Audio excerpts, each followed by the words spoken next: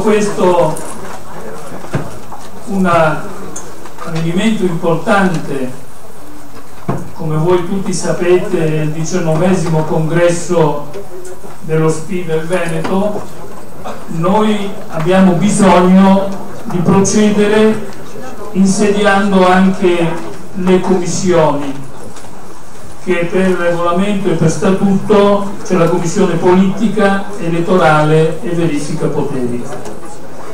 La proposta che noi vi facciamo è quella della commissione verifica poteri, nella persona del compagno Gino Ferraresso, che svolge anche il ruolo di presidente, di Fulgenzi Paola, Tonon Patrizio, Quaglio Gianfranco e Franzoni Patrizia.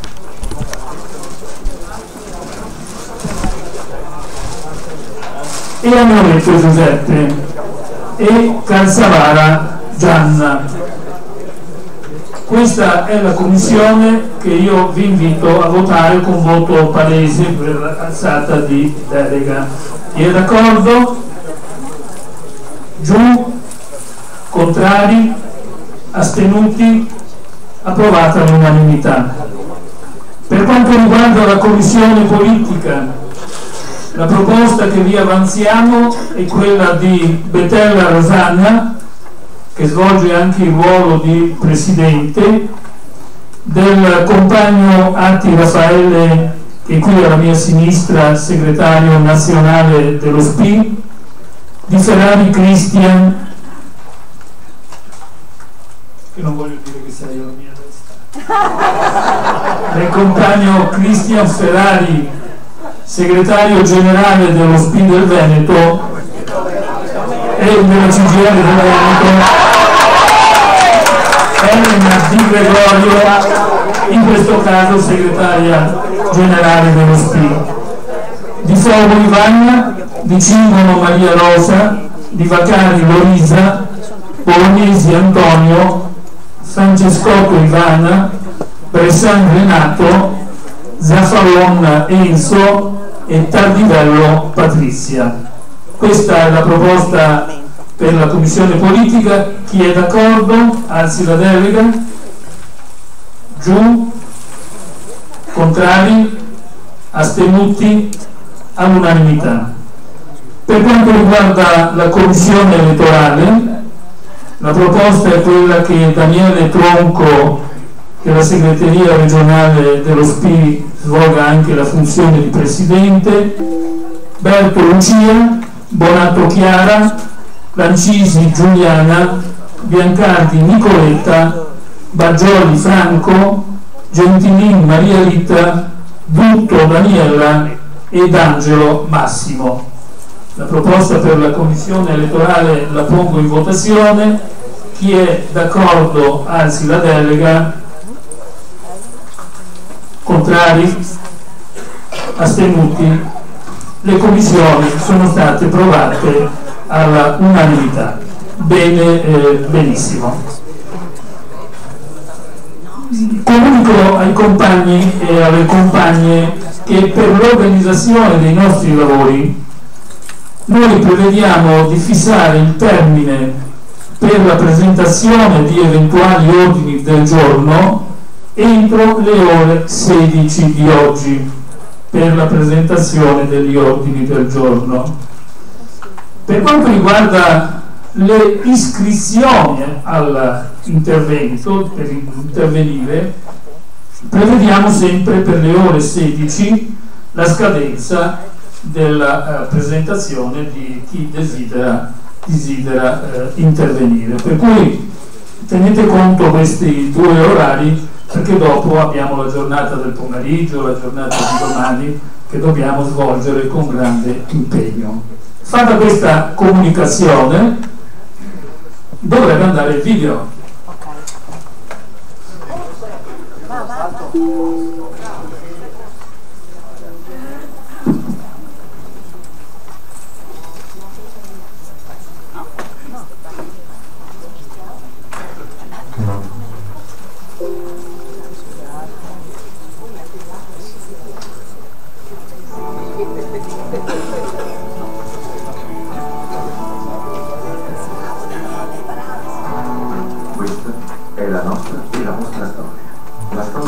nostro impegno accanto ai pensionati veneti e della vostra partecipazione alle iniziative, alle battaglie, alle conquiste che ci hanno visti appassionati e protagonisti in questi anni. Le speranze, le aspettative, i bisogni e i desideri di chi rappresentiamo sono solo lo stimolo per il nostro lavoro che si sostanzia nella tutela individuale e collettiva dei diritti dei pensionati e anziani. Fa parte un po' il sindacato, in questo caso lo Spiro, ha dato un'accelerata, si è fatto da stimolo per sviluppare assieme delle nuove iniziative. Le nostre sedi sparse in ogni angolo del territorio regionale costituiscono un punto di riferimento imprescindibile per tante persone bisognose d'aiuto, spesso sole e in grandi difficoltà economiche. Pensavo che una volta finito il lavoro, terminato il lavoro, non avevo più bisogno del sindacato, e invece ho avuto la prova che veramente ha fatto molto per me. Ecco dunque lo SPI, raccontato tramite la narrazione di ciò che facciamo quotidianamente. Ecco lo SPI rappresentato dalle voci dei protagonisti, i segretari, i volontari che ogni giorno danno forza ed energia al nostro sindacato, gli operatori che rispondono con i fatti alle esigenze di tante anziane e tanti anziani che hanno bisogno d'aiuto o che semplicemente desiderano essere ascoltati. Sono sempre stata iscritta al 75 perché quando chiedevo qualcosa mi rispondevano e io mi sono iscritta e allora ho continuato e tuttora sono iscritta alla CGL, esatto. Dei fatti di me che sono andata lì, che la ripetevano una paio di volte. Io ho fatto il mise, c'era un sacco di casini, me l'hanno ripetuto 3 volte, senza stare, non ho tirato fuori 5.000 e sa che per un pensionato vuol dire tanto. Le nostre lotte a tutela dei pensionati e degli anziani trovano risposte concrete nella contrattazione sociale.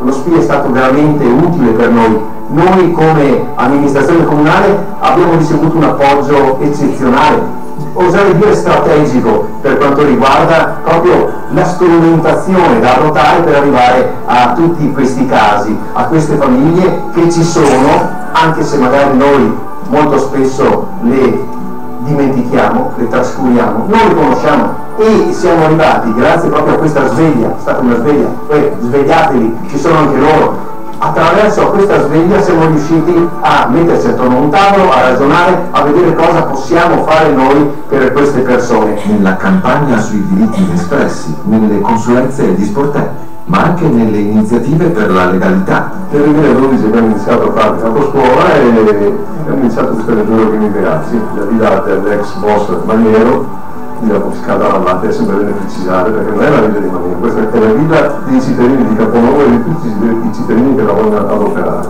Un'esperienza che consiglierei a tutti perché è un'esperienza bellissima. Dicevo che i ragazzi del Tudore parlavamo assieme perché questo è bello, che quando sei insieme parli assieme, secondo te che cos'è la legalità? La stessa parola che mi ha detto, la legalità è, prima di tutto non è che fare una taglia alla scuola, se vedi che il tuo compagno è maltrattato, non devi girare da una parte, devi combattere il compagno che è maltrattato, ma questo vale nella vita che per me, se vedo qualcosa che non funziona nella mia società, non devo girarmi dall'altra parte, questa è la legalità.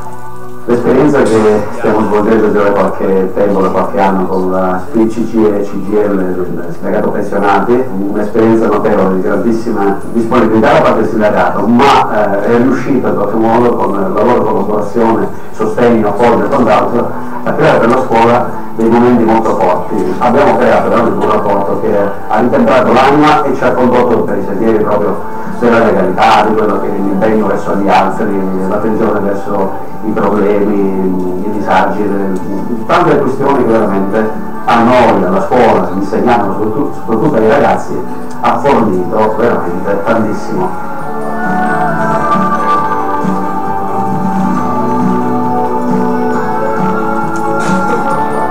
Per la memoria e contro il razzismo.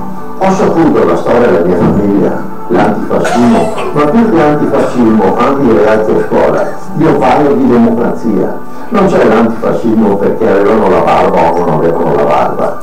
A scuola porto un esempio, siamo qui in una aula grande.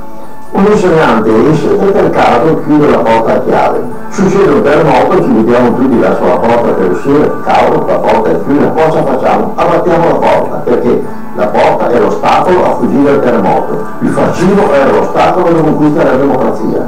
Quindi antifascista per forza, perché è democratico. Io dico per il 25 luglio del 43 mi sono innamorato, non di una ragazzina bionda, ma mi sono innamorato di questa idea grandiosa della libertà, della democrazia.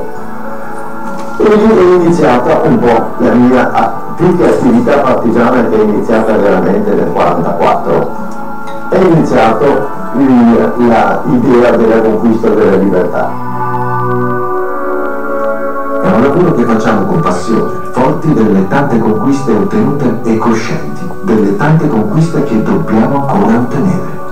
Noi abbiamo titolato il nostro congresso a cui si fa futuro, e lo abbiamo titolato perché noi siamo la generazione di quegli anni 70 che ha promosso grandi cambiamenti sociali nello stile di vita, nei diritti alle donne, la conquista dei diritti sociali come l'aborto e il divorzio, la grande battaglia del movimento operaio studentesco. Quelli sono gli anni del nostro vissuto e vorremmo che quegli anni, anche questi, fossero un elemento di rapporto e di trasferimento della generazione. Il rapporto con le giovani generazioni è questo, e anche ricordargli che la Costituzione italiana è nata da una grande battaglia, è nata da una guerra e da un conflitto interno che molti partigiani hanno combattuto e perso la vita per dargli questa Costituzione, quel diritto fondamentale della libertà di espressione, della libertà di religione, della libertà del diritto del lavoro, della salute. Sono tutti temi che rischiano di essere messi in discussione se le nuove generazioni non percepiscono che quelli sono stati conquiste sofferte da generazioni che non si possono lasciare andare così. Ma la nostra forza sta proprio in voi, nella vostra fiducia, nel vostro supporto e, soprattutto, nella vostra soddisfazione, che è il nostro miglior incentivo. Queste sono solo alcune delle attività e delle iniziative che si svolgono in tutte le province del Veneto. Sono un frammento di ciò che rappresenta lo SPI per voi e di ciò che rappresentate voi per lo SPI, perché spesso le immagini valgono più di 1000 parole.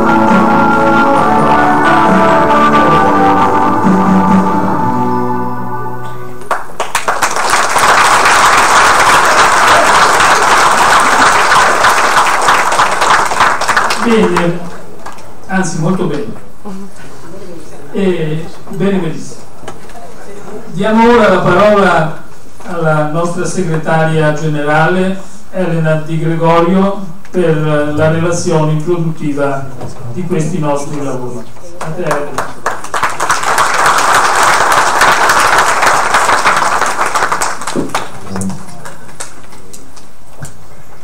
Cari compagni, si sente? No. Adesso acceso. Cari compagne e cari compagni, gentili ospiti, buongiorno a tutti voi e grazie per la vostra presenza e partecipazione al congresso dello SPI CGIL del Veneto. Non è certo il mio primo congresso, ma credo no, anche per molti di voi, però devo dire che non pensavo, ma sono veramente emozionata rispetto a questo momento. Con il congresso regionale compiamo un altro passo importante del nostro percorso congressuale partito ormai diversi mesi fa. Il congresso è per tutti noi il momento per tracciare il bilancio della nostra attività, per aggiornare le nostre scelte politiche e delineare il programma di lavoro, tenendo conto del contesto economico, sociale e politico in cui operiamo.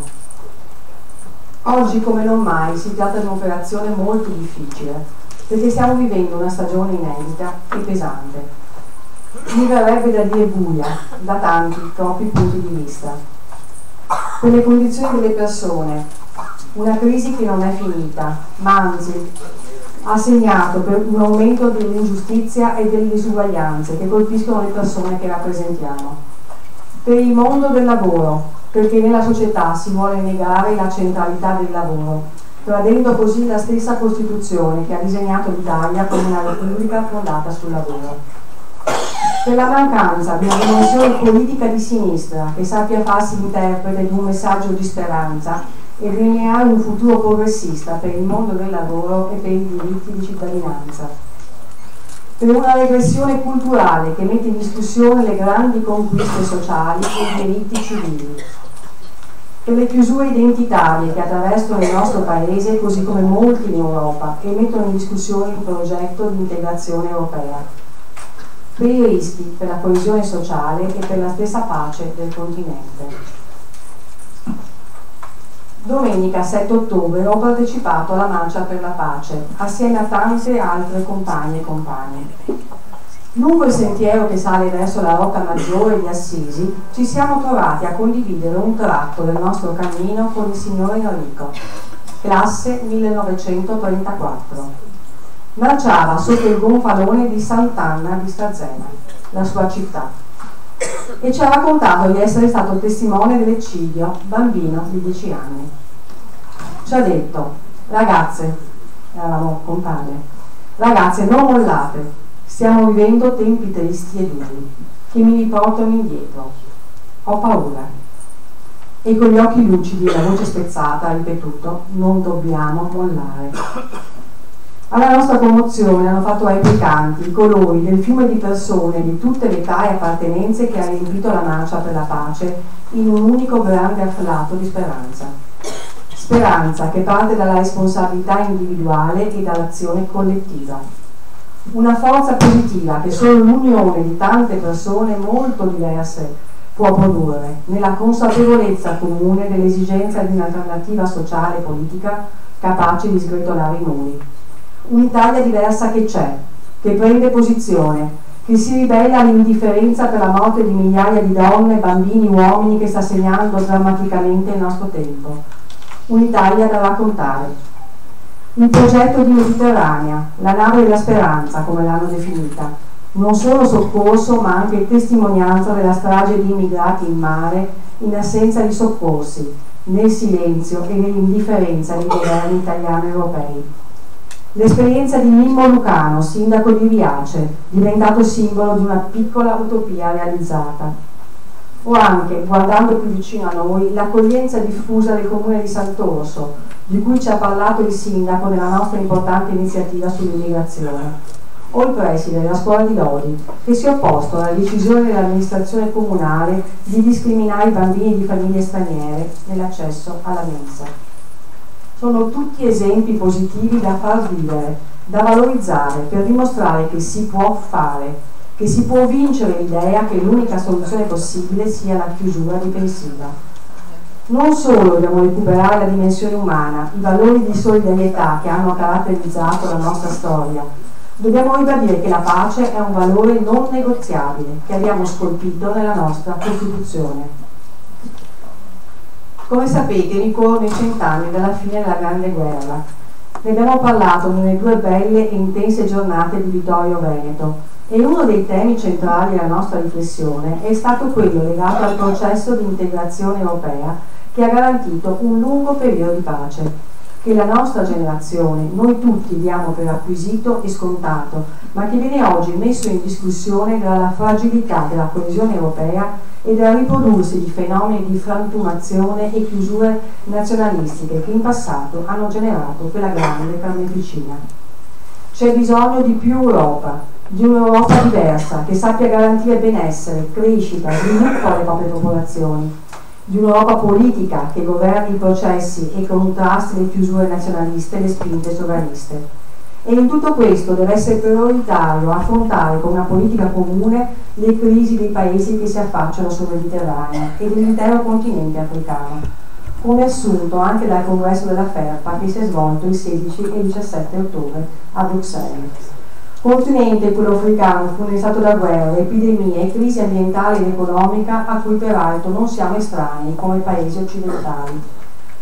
Con una bella vignetta LK in questi giorni denuncia come la catastrofe ambientale mondiale stia passando sotto silenzio, nell'indifferenza generale, se non fosse per il flusso di immigrati economici che la testimonia e che ce la ricorda.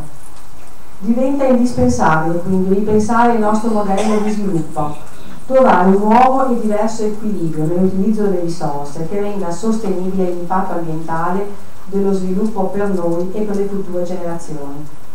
Come sempre, contano i comportamenti individuali e le responsabilità collettive, le scelte che la politica mette in campo in una dimensione che non può che essere sovranazionale a partire dall'Europa. Europa che non può insistere impunemente a quanto viene fuori dai propri confini senza esercitare un'iniziativa diplomatica per riportare la pace, condizione indispensabile non solo per governare i flussi migratori, ma anche per dare stabilità a quelle aree e conseguentemente anche all'Europa. Chi alimenta invece strumentalmente la paura dei migranti e la propaganda la chiusura delle frontiere e dei porti rischia di consegnarci a un futuro inquietante che ci potrebbe trascinare tutti in nuovi conflitti. Purtroppo in tutta Europa sta crescendo la destra, che porta avanti una battaglia contro l'immigrazione, minando dall'interno la stessa Unione Europea, facendone vacillare i valori fondanti di democrazia, solidarietà, inclusione, benessere e garanzia di pace. Valori che sono messi costantemente in discussione da politiche economiche liberiste, che aumentano le disuguaglianze e la povertà, lasciando le persone più fragili, insicure e tradendo le aspettative del sogno europeo. Una società che non riesce a generare crescita per più della metà della sua popolazione e per un'intera generazione è destinata a provocare insoddisfazione verso lo status quo e il rifiuto per la classe politica e per tutte quelle che vengono definite elite. Questo comporta un declino del funzionamento della democrazia. La situazione è aggravata da un sostanziale aumento delle realtà improduttive legate alla finanza globale, come denunciamo da tempo. In questo contesto i populisti hanno gioco facile a proporsi come difensori degli esclusi, individuando come capo espiatorio gli altri, gli immigrati. Per combattere la crescita delle destre xenofobe bisogna concretamente intervenire, cambiando le politiche socio-economiche neoliberiste, che sono alla base delle ingiustizie e di questa rabbia. Bisogna ripartire dai fondamentali. Anche l'Italia è profondamente segnata dalla crescita di forti disuguaglianze, anche territoriali. Il nostro è un paese spezzato, con il Sud regalato alla criminalità organizzata e a rischio di non esigibilità dei diritti fondamentali, a partire dal lavoro e dalla salute. Le spinte autonomiste, che vedono la nostra regione in testa, si muovono nella logica della competitività tra regioni, che inevitabilmente porta a un aumento delle disuguaglianze e a una rottura del patto unitario del Paese. Non siamo certo contrari a una maggiore autonomia delle regioni, peraltro prevista dalla nostra Costituzione, ma riteniamo che questa debba avvenire in un quadro di garanzia dell'omogeneità dei livelli essenziali delle prestazioni sociali e di universalità dei diritti sociali e del lavoro. Le scelte di politica economica del governo sono inadeguate per affrontare la situazione del Paese, che vive profonde contraddizioni, a partire dall'alta asimmetria tra gli indicatori di ripresa, crescita economica e il benessere delle persone e delle famiglie. Nel 2017 il PIL è cresciuto dell'1,5%, andamento sicuramente migliore degli anni precedenti, ma inferiore alla media europea. Crescita che avrebbe legittimato segnali di miglioramento sul fronte delle condizioni di vita delle persone, che invece non è avvenuto, a causa dei salari e pensioni che sono rimasti al palo e del peggioramento della qualità del lavoro con l'aumento della precarietà. Si è spezzato il nesso tra crescita economica, lavoro e benessere delle persone. È aumentata la povertà. Il nostro paese ha il dato in assoluto più elevato, solo la Grecia sta peggio di noi. Il tasso di povertà assoluta è passato dal 3,1% nel 2007 all'8,3% del 2017. Come testimoniato dall'autorità sull'energia, sono ben 9,5 milioni le persone che non hanno sufficiente riscaldamento nell'abitazione nel nostro paese. Nel 1990 l'IRPEF pagata dal lavoro dipendente e dai pensionati era pari al 74,3% delle entrate, oggi è salita al 78,4%. Se consideriamo il contributo al bilancio pubblico che arriva da parte dei lavoratori dipendenti e dei pensionati, dovremmo essere considerati l'azionista di riferimento dello Stato, come qualcuno ha detto. E invece si tenta di delegittimare la rappresentanza del mondo del lavoro e dei pensionati e si fanno provvedimenti come condoni che prendono esplicitamente una parte minoritaria e privilegiata del Paese. L'iniqua distribuzione del peso fiscale è uno dei fattori strutturali della crescita delle disuguaglianze nel nostro Paese e di indebolimento della domanda interna. Disuguaglianze destinate ad aumentare se si procede con l'allentamento della progressività fiscale, introducendo la flat tax, che allarga la forbice tra ricchi e le persone che noi rappresentiamo, provocando la riduzione della spesa pubblica per il welfare universale, già oggi soffocato da tagli e dalla spinta alla privatizzazione. Lo spread sociale rischia di scaricarsi principalmente sui giovani, che stanno pagando il prezzo più alto, con una forte contrazione dei diritti e un innaturale arresto nella possibilità di crescita e avanzamento sociale.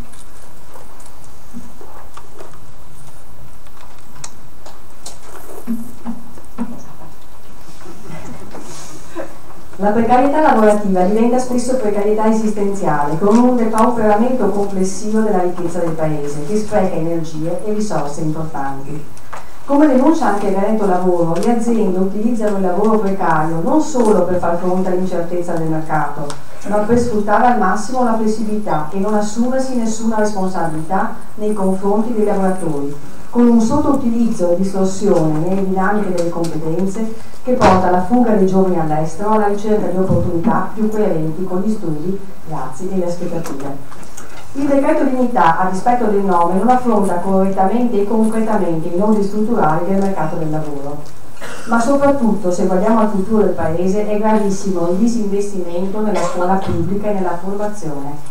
Siamo fanalino di coda in Europa per risorse destinate all'istruzione, negando così il motore principale per lo sviluppo della cultura, dell'economia, dell'inclusione, della crescita sociale.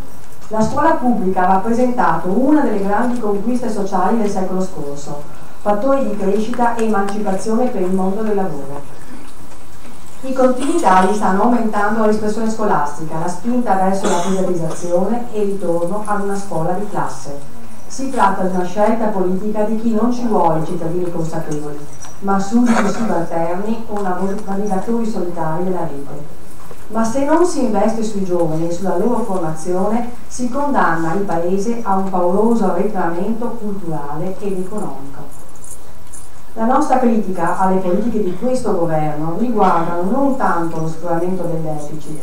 Abbiamo sempre criticato le politiche di austerity che sono state un freno allo sviluppo, quanto piuttosto l'assenza di un progetto per il Paese. Non c'è un'idea sugli investimenti, sull'innovazione, su uno sviluppo che sia sostenibile e che garantisca lavoro di qualità. Non c'è proprio il lavoro in questa legge. Ci sono invece i soliti condoni, comunque camuffati, che premiano gli evasori, i furbetti, che rubano risorse indispensabili e preziosi per il Paese. È questa la vera emergenza italiana. Ma nemmeno il cosiddetto governo del cambiamento ha evidentemente voglia e interesse di perseguire l'evasione e gli evasori. Inoltre c'è un'idea prettamente assistenziale che è pericolosa. Il reddito di inclusione è cosa ben diversa dal reddito di cittadinanza. Se una parte dei cittadini dipende dai soldi dello Stato, salta la relazione democratica, salta la democrazia. È l'idea della carità e non del diritto e della dignità. Certo, i numeri della povertà stanno diventando pesanti e necessitano di risposte, ma assieme all'aiuto si devono modificare i meccanismi che generano le disuguaglianze.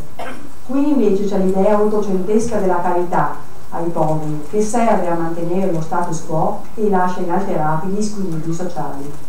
È il tema dell'uguaglianza, che giustamente è una delle parole chiave del nostro documento congressuale. Penso che una sinistra che voglia ritornare a essere soggetto di rappresentanza nel Paese dovrebbe ripartire da qui, dal tema dell'uguaglianza. Possiamo dire che con questa manovra non ci siamo. Più diventano espliciti i provvedimenti e più emergono le contraddizioni tra l'apparente e propagandata dimensione sociale e gli effetti sul mondo che noi rappresentiamo. Il nostro punto di valutazione è il merito dei provvedimenti, sono i bisogni materiali delle persone. Lavoro, equità, giustizia sociale e ridistribuzione della ricchezza attraverso il welfare universale, cioè scuola, pensioni, sanità. Sulle pensioni si concentrano molte delle aspettative del mondo del lavoro e direi delle preoccupazioni dei pensionati.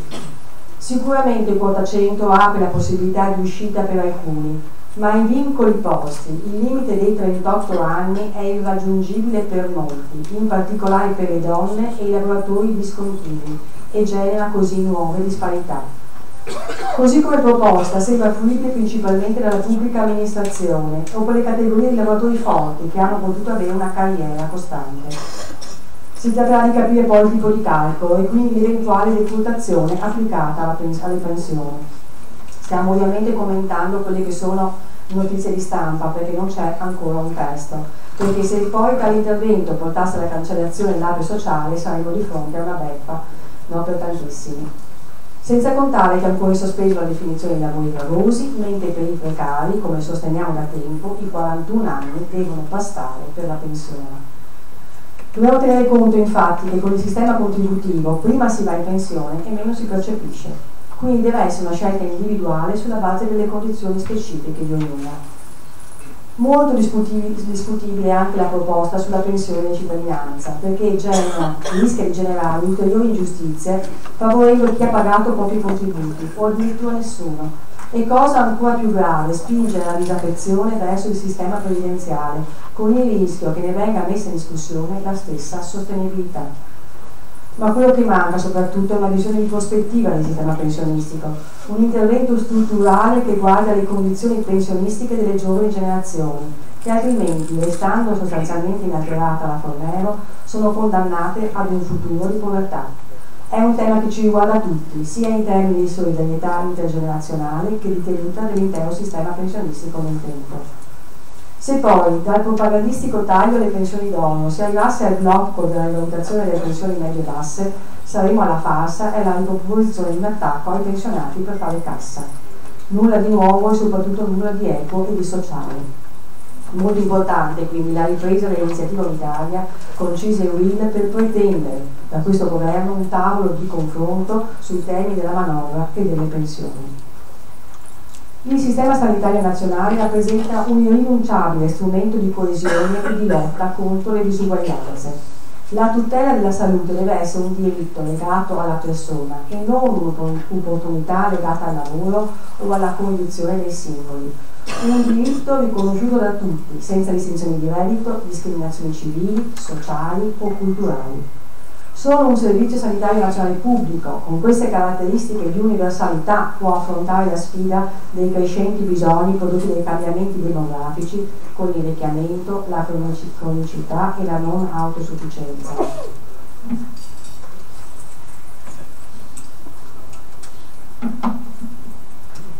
La nostra regione risulta in testa alla classifica nazionale come qualità delle prestazioni, ma noi sappiamo, ce lo dicono le persone che incontriamo ogni giorno, che sono completamente peggiorate le condizioni di accesso alla sanità. Il vecchio piano sociosanitario regionale, che avevamo sostanzialmente condiviso, teorizzava, per dirla con uno slogan, meno ospedale e più territorio. In realtà la prima parte si è realizzata con la riduzione dei posti letto, la chiusura e l'aggregazione degli ospedali, ma assolutamente è mancato lo sviluppo delle strutture intermedie. Assistiamo ad un continuo ritirarsi dal territorio con il depauperamento di intere aree della nostra regione. Una sanità efficiente richiede invece una forte rete di servizi sanitari e sociali integrati e diffusi nel territorio. Il nuovo piano, che è in discussione in questi giorni, ripropone il modello precedente, senza una seria analisi e bilancio su cosa non ha funzionato, senza fare chiarezza su scelte strategiche e soprattutto ponendo il vincolo della parità di risorse, che rende poco credibile l'intero impianto del piano regionale. Il finanziamento del sistema sanitario nazionale è certamente un tema che ha dimensione nazionale, ma noi riteniamo che anche la Regione Veneto debba intervenire con risorse proprie per rimuovere le criticità esistenti e garantire completamente il diritto alla salute. Tante, troppe persone, e in particolare gli anziani, sono costretti a rinunciare alle cure a causa dei costi insostenibili della compartecipazione, delle lunghe liste d'attesa e della mobilità territoriale. Abbiamo chiesto alla Regione di abolire il superticket, come stanno già facendo altre regioni, perché si tratta di una tassa estremamente iniqua, in quanto pesa maggiormente sui redditi più bassi e ha effetti distorsivi perché determina lo spostamento di alcune prestazioni verso il mercato privato, che risulta più concorrenziale, determinando così anche una diminuzione delle entrate dello Stato. Le previsioni di spesa del DEF destinano alla sanità nel 2019 solo il 6,4% del PIL, dato molto inquietante se si considera la soglia di allarme del 6,5% fissata dall'Organizzazione Mondiale della Sanità. al di sotto della quale, oltre alla qualità dell'assistenza e all'accesso alle cure, si riduce anche l'aspettativa di vita delle persone. E intanto la spesa privata per la salute è arrivata a superare i 35 miliardi nel nostro paese. La strisciante privatizzazione della sanità va contrastata se non si vuole determinare la negazione del diritto primario alla salute. Il rapporto tra sanità pubblica, privata e welfare contrattuale è uno dei nodi che dobbiamo affrontare come sindacato per evitare di essere noi stessi attori di forme inaccettabili di esclusione sociale. Nella nostra regione abbiamo bisogno di ridefinire un nuovo equilibrio tra assistenza ospedaliera e quella territoriale, con adeguate risorse per le cure primarie, lo sviluppo delle medicine di gruppo integrate, le dimensioni protette, la riabilitazione, le cure intermedie. Tutte aree di intervento in cui i bisogni sono in crescita, anche in relazione all'invecchiamento della popolazione e al rischio cronicità. Riteniamo non sia più rinviabile una legge quadro nazionale sulla non autosufficienza, da finanziare con risorse certe, a carico della fiscalità generale, che privilegi la presa in carico dei pazienti e la messa a disposizione di servizi, superando l'attuale approccio indennitario. In Veneto abbiamo da tempo una legge sulla non autosufficienza, ma è attuata solo parzialmente. Il finanziamento è fermo da anni ed è assolutamente sottodimensionato in relazione al numero dei non autosufficienti e di persone con disabilità. Inoltre siamo ancora in attesa della necessaria riforma delle IPAD, che devono restare pubbliche, trasformarsi in centri servizio per allargare i servizi alla collettività in una più stretta relazione tra area sociale e sanitaria. Va contrastata la privatizzazione della cura delle persone non autosufficienti, che viene scaricata completamente sulle famiglie, sia in termini di costi che di gestione complessiva. È un tema che ha aspetti veramente drammatici e che colpisce gli anziani nel loro diritto alle cure e nella loro dignità, e le famiglie che ne supportano integralmente il peso, non solo in termini economici. Colpisce in particolare le donne, poi, che portano il peso del lavoro di cura e pagano un prezzo pesante, sia in termini di autonomia che di debolezza economica, con riflessi significativi, come sappiamo, sulle pensioni. Vivere in una società dove la speranza di vita media aumenta è sicuramente una grande fortuna, ma è necessaria una maggiore consapevolezza delle implicazioni di questa dinamica demografica che va affrontata per tempo. La nostra società è in profonda trasformazione. Il numero delle nascite è in costante diminuzione e crescono le coppie senza figli o con al massimo un figlio, così come crescono le famiglie monoparentali. Questo determina un saldo naturale della popolazione pesantemente negativo e in prospettiva una riduzione della rete di protezione familiare. Il modello di assistenza agli anziani centrato sulla famiglia inevitabilmente è destinato a saltare e diventa urgente e individuale costruire nuovi modelli di assistenza diffusa che facciano i conti con il sistematico restringimento delle reti familiari. È certamente importante vivere a lungo ed è altrettanto importante il come si invecchia, la qualità della vita che si conduce da anziani. Ma c'è un tema che diventa sempre più urgente e che richiede una forte azione culturale e sindacale, ed è quello della dignità degli anziani in relazione alle cure. Troppo spesso il nostro sistema sanitario cura la patologia, anche con efficienza nella nostra regione, ma non rispetta la persona, in particolare quando si tratta di anziani che vengono ridotti nella loro autonomia senza tenere conto della loro volontà e condizione. Così succede che entrino in ospedale con le proprie gambe e che ne escono ridotti alla non autosufficienza, scaricandone il peso sulle famiglie. Non si tratta certo di aprire un conflitto con i lavoratori della sanità e del sociale, che già lavorano in condizioni di enorme stress per i carichi di lavoro eccessivi dovute anche alla carenza di personale. Ma va posta l'attenzione alla necessità di una riflessione sulla qualità dell'assistenza e di un diverso approccio, più rispettoso della persona.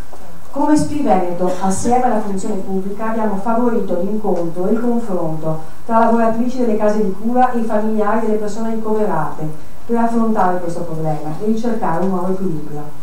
Si è trattato di una sperimentazione positiva alla quale dobbiamo dare continuità e che deve tradursi in un'azione culturale e di rivendicazione sindacale. Porre l'attenzione al tema degli anziani, alla sfida della longevità, non implica in nessun modo una forma di egoismo, una chiusura corporativa della categoria o un contrasto generazionale, come a volte viene agitato. Significa porre il problema politico di realizzare una piena cittadinanza nei diritti, che deve valere per tutti, per noi e per le giovani generazioni.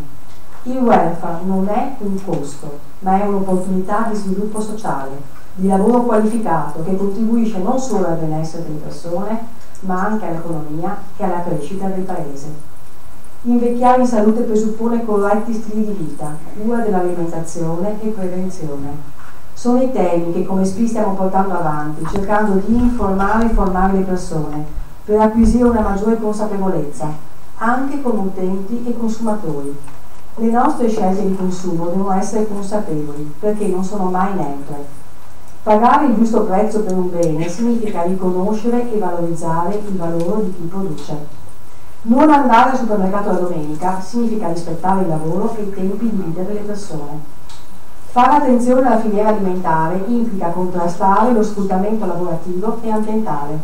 Significa agire come persone e cittadini consapevoli e agire per contrastare l'illegalità e la criminalità. Avere consapevolezza della pervasività della criminalità organizzata, dell'economia illegale e dei fenomeni come quello del caporalato, della corruzione, non solo al sud. Nella nostra regione non c'è una grande opera pubblica che non sia stata contaminata da fenomeni di illegalità. Le vicende collegate al MOSE, ma non solo, hanno dimostrato quanto peso abbiano corruzione e concussione nell'attività pubblica e nell'uso delle risorse collettive in Veneto. Il sistema tangentizio non si limita però ad interferire e regolare la gestione delle grandi opere, ma come dimostrano le cronache quotidiane, trova riscontri anche negli appalti di più modesta entità, fino a diventare una collaudata rete di controllo territoriale nella quale confluiscono e interagiscono imprese, amministratori locali e rappresentanti dello Stato. Al di là della quantificazione dei costi della corruzione e dell'impatto che ha in termini di aumento del costo dei lavori pubblici a carico della collettività, non possiamo sottovalutare come questa incida sull'autonarrazione del Paese, che spinge alla furbizia anziché all'onestà, verso l'assalto alla diligenza anziché verso la correttezza, modificando anche il giudizio morale su comportamenti antisociali. Per questo diventa fondamentale l'azione di formazione alla legalità che stiamo portando avanti nelle scuole e con i campi della legalità, con il coinvolgimento concreto degli studenti e dei giovani. La legalità, infatti, è una delle condizioni primarie per garantire sviluppo, buona occupazione, diritti, dignità, valorizzazione del lavoro, una società più giusta e condizioni di vita migliori. Così come abbiamo sempre pensato che il grado di civiltà di una società si misuri in base alla libertà delle donne. Viviamo una stagione di forte arretramento culturale, di oscurantismo sul fronte dei diritti civili e della libertà delle donne. Si moltiplicano episodi di intolleranza e violenza contro omosessuali, contro i diversi per colore della pelle o per orientamento sessuale, di violenza sulle donne e tentativi di limitare la libertà e possibilità di autodeterminazione. Viviamo tempi di nostalgia reazionaria, con forze politiche che ripropongono un indicativo ritorno al passato. A Verona, la città del ministro Fontana, il Consiglio Comunale ha approvato una mozione per finanziare le associazioni cattoliche che si oppongono all'interruzione di gravidanza, in un palese attacco alla legge 194. La 194 è stata la più grande e irrinunciabile conquista di civiltà per il nostro Paese. Ha ridotto drasticamente il ricorso all'aborto clandestino e ha riconosciuto alla donna il diritto di scegliere una maternità responsabile. È stata il frutto delle battaglie delle donne, delle mie e delle vostre battaglie, e non intendiamo certo arretrare. Questo ci dice anche che non possiamo mai dare nulla per scontato, mai abbassare la guardia. Dopo tanti anni di battaglie delle donne contro la violenza per poter decidere di sé e del proprio corpo, si cerca di rinverdire le sorti del patriarcato attraverso una voglia esplicita di regolare i conti con il sesso femminile. Dovremo mobilitarci nuovamente per riaffermare il diritto ad avere diritti e continuare con determinazione la nostra battaglia verso la Regione contro il ridimensionamento e smantellamento dei consultori, per l'eleggibilità effettiva della 194 in tutti gli ospedali, messa in discussione dall'elevatissimo numero di obiettori. Un approccio ugualmente ideologico caratterizza il disegno di legge Pilone, senatore leghista, che vuole ridisegnare la normativa dell'affido dei minori in caso di separazione e divorzio, favorendo il codice più forte senza tenere conto dell'interesse del minore. Un disegno di legge fortemente vendicativo nei confronti delle donne e che arriva a mettere in discussione persino l'eleggibilità della legge sul divorzio.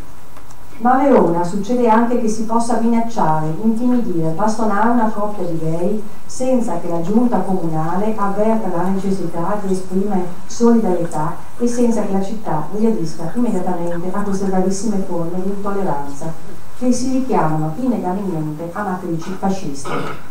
Linguaggio e azioni fasciste che sono state sdoganate dalle forze di governo, che lasciano impunemente che le onde nere scorazzano sui treni con l'obiettivo di sostituirsi alle forze dell'ordine, mentre la propaganda del ministro degli interni Salvini è un veleno che sta intossicando le menti.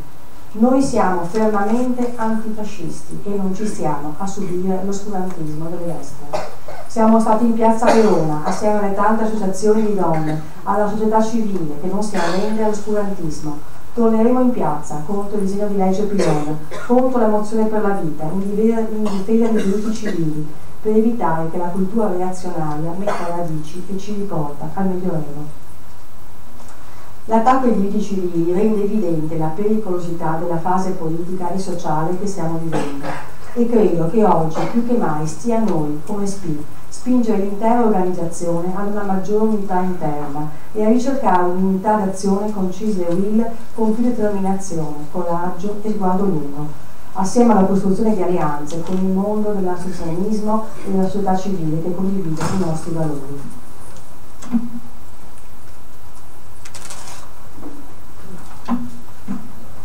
E vengo al bilancio dell'attività.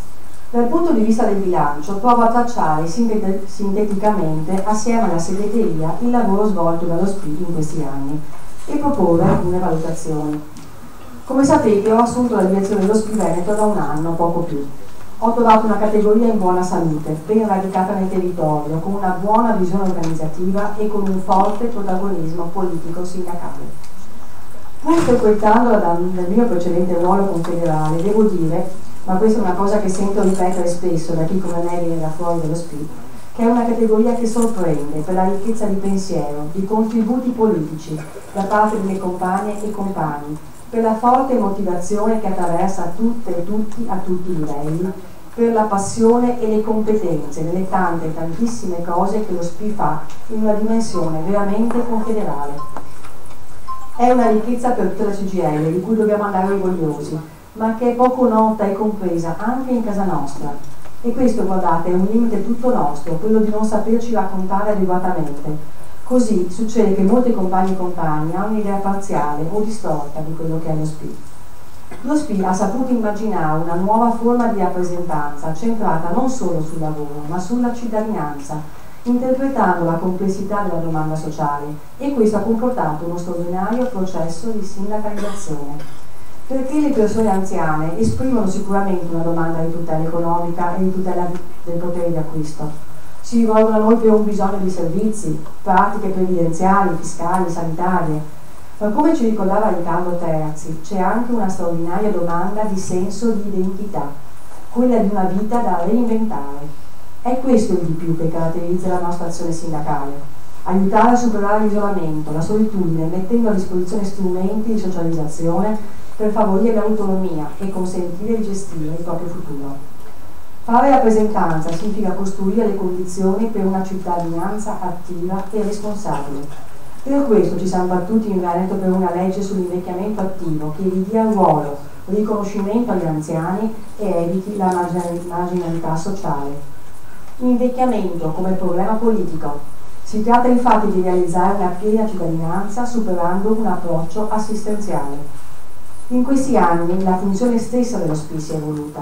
È stato fatto un grande lavoro di investimento politico, di formazione del gruppo dirigente, di orientamento di tutta la categoria per trasformare la grande capacità di tutela individuale in tutela collettiva. E non è un caso, guardate, se nella contrattazione sociale e territoriale, in un contesto nazionale che stenta a trovare una dimensione politica, il Veneto è invece la seconda regione per sviluppo di negoziazione territoriale e siamo in costante crescita sia in termini quantitativi che qualitativi. Tutto questo è frutto di una scelta politica e di un forte investimento che è stato fatto negli anni. Ovviamente la foto del Veneto è a macchia di leopardo, sono ancora forti le differenze territoriali in questo ambito, differenze che ci dicono che c'è ancora molto da fare per costruire le condizioni per contrattare ovunque, ma la categoria è con determinazione impegnata per allargarla e qualificarla ulteriormente. Continueremo a investire su questo fronte anche dal punto di vista formativo, perché ci vogliono strumenti e competenze. Inutile sottolineare che le realtà dove lavoriamo meglio sono quelle dove è più forte la collaborazione con la Confederazione e le categorie, quella del pubblico in particolare. Abbiamo la necessità di allargare alleanze, partendo innanzitutto dalle associazioni del mondo CGIL, penso ad Hauser, del Consumatori, Sumia, con cui condividiamo un sistema di valori e che operano nello stesso terreno nostro, pur con compiti diversi. Complessivamente però scontiamo una non ancora consolidata consapevolezza della strategicità della contrattazione sociale territoriale per l'insieme dell'organizzazione. Dovrebbe rappresentare la nuova frontiera del sindacalismo confederale, parlare di modello di sviluppo, di redistribuzione del reddito, di fruibilità dei diritti universali, delle condizioni concrete e materiali delle persone che rappresentiamo. Elaborazione di un progetto sociale per dare forza e effettività ai diritti fondamentali delle persone. Ma il sindacato, anche la CGIL, è ancora troppo ancorato a schemi tradizionali di rappresentanza, mentre dobbiamo tenere conto che oggi il conflitto si è spostato, allargato, uscito dai luoghi di lavoro. Se vogliamo interpretare e dare risposta ai nuovi bisogni sociali, dobbiamo necessariamente recuperare una dimensione di contrattazione territoriale. Credo che la nostra struttura centrata, verticale, non sia più adeguata all'intercettare le profonde trasformazioni sia del lavoro che del tessuto sociale.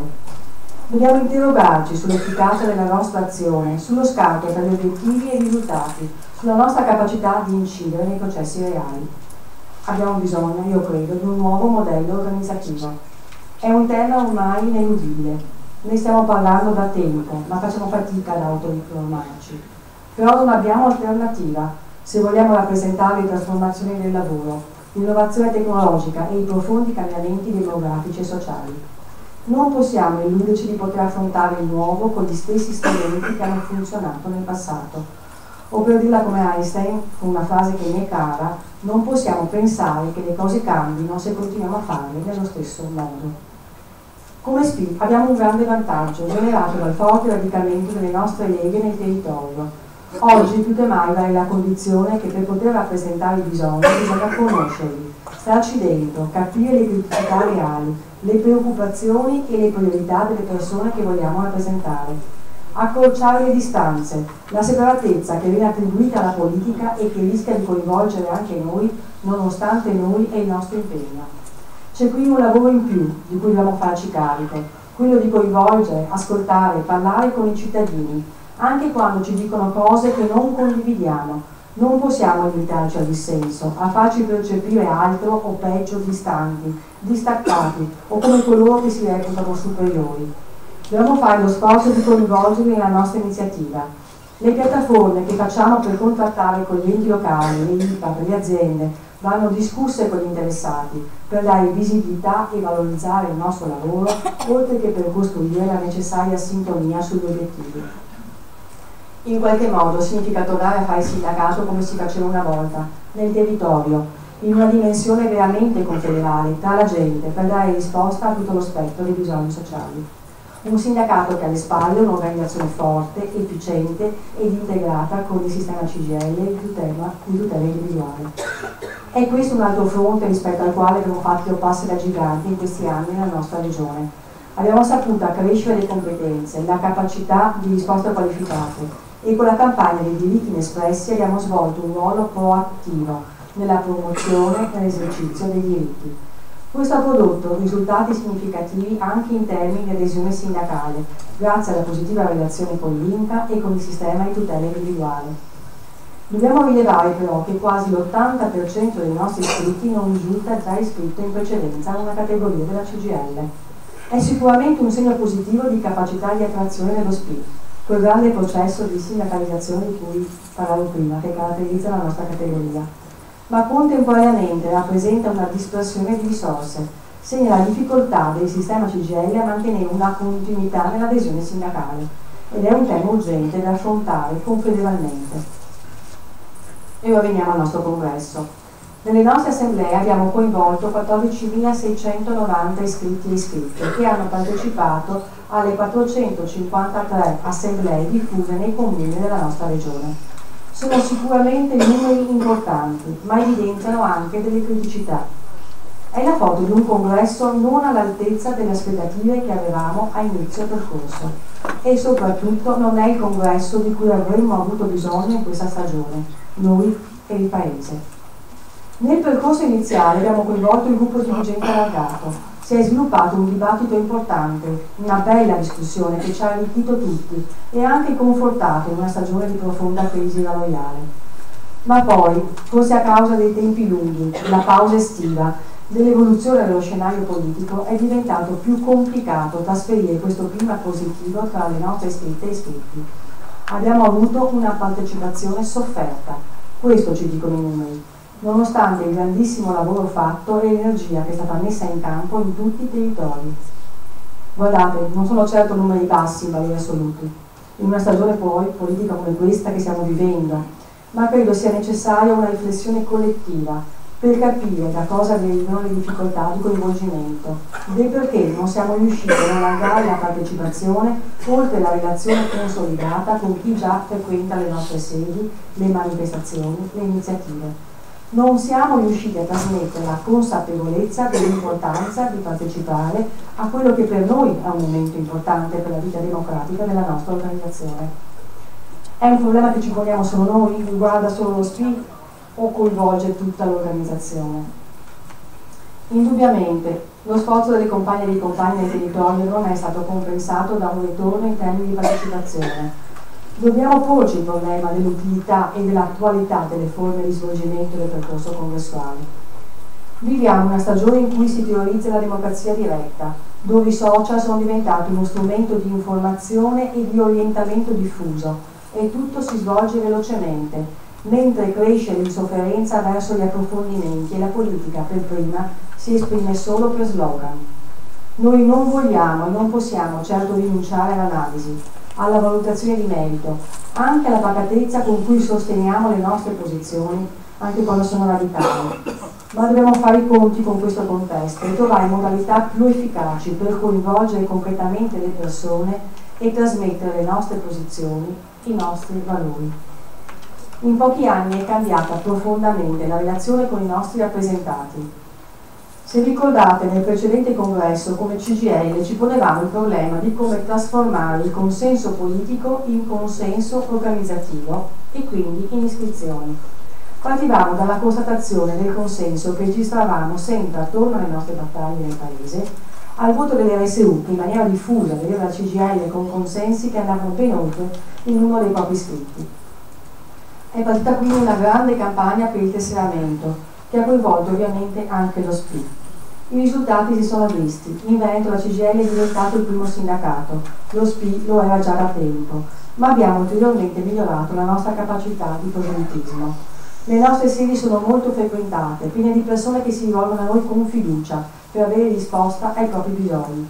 Abbiamo migliorato l'efficienza organizzativa del sistema CGIL e la capacità di dare risposte qualificate. Sappiamo però che contemporaneamente è aumentata la divaricazione tra noi, tra il gruppo dirigente e i nostri rappresentati su quelli che sono i valori fondamentali. Non orientiamo più, non nel senso del voto, non è il nostro obiettivo né lo è mai stato, ma politicamente, nel senso di una prospettiva progressista, solidale, inclusiva per la società. E il voto del 4 marzo ci parla di questa pesante dicotomia tra la fiducia nella nostra azione sindacale e le scelte politiche individuali. Si è rovesciato il rapporto. Prima avevamo il problema di trasformare il consenso politico in consenso organizzativo. Adesso abbiamo consenso organizzativo, ma dobbiamo chiederci se è ancora e in che misura un consenso politico. Non è indifferente per un'organizzazione come la nostra. Soprattutto oggi, di fronte alla rinnovata messa in discussione del ruolo di rappresentanza sociale del sindacato, alla disintermediazione, ai tentativi di legittimazione che tendono a cancellarci, accomunando il sindacato alla casta. Finché le persone avvertiranno l'importanza del ruolo del sindacato nel Paese, questi attacchi non ci abbatteranno. Ma se si inclina questa consapevolezza, allora diventiamo più fragili noi e la stessa democrazia è a rischio. In questi giorni mi è capitato di intercettare sui social una frase di Simone Weil che trovo più che mai attuale. Lei diceva: non inorgoglirti dei tuoi diritti, la tua forza non è in te. Se la grande organizzazione sindacale che ti protegge dovesse declinare, ricominceresti a subire le stesse umiliazioni di una volta. Saresti costretto alla medesima sottomissione, al medesimo silenzio. Dovresti ancora una volta piegarti sempre, sempre sopportare, non osare mai alzare la voce. Non è stata soppressa la miseria, né l'ingiustizia, ma non sei solo. Se cominci ad essere trattato come un uomo, lo devi al sindacato. In avvenire non meriterai di essere trattato come un uomo se non saprai essere un buon membro del sindacato.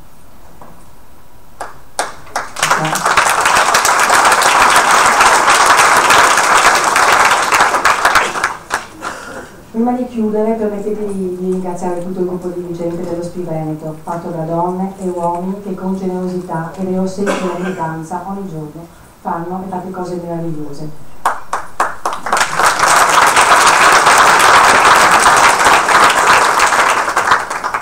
Questa è una stagione di grandi cambiamenti. Nei territori abbiamo aggregato alcune leghe. Abbiamo rinnovato ben un terzo dei segretari generali di Lega e ora possiamo contare su 29 segretari generali su un totale di 105 leghe. Abbiamo cambiato anche 5 segretari generali provinciali su 7 e posso dire con grande soddisfazione che abbiamo 3 nuove segretarie generali provinciali donne che sono la precedenza.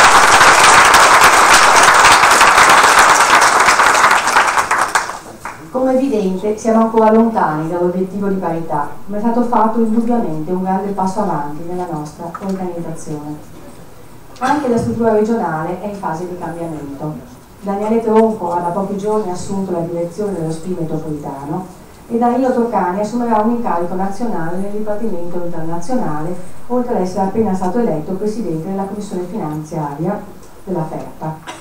Allora un grande ringraziamento per il lavoro svolto e per la disponibilità con cui mi hanno accolto assieme a Rosanna e il sostegno che non è mai venuto meno.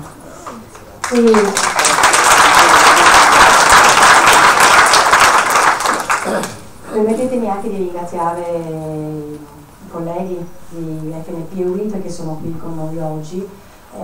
Mi fa molto piacere. Io mi auguro che riusciremo, terminate le fasi congressuali che stanno attraversando le nostre organizzazioni, a riprendere assieme un'iniziativa unitaria anche nella nostra regione di cui abbiamo fortemente bisogno.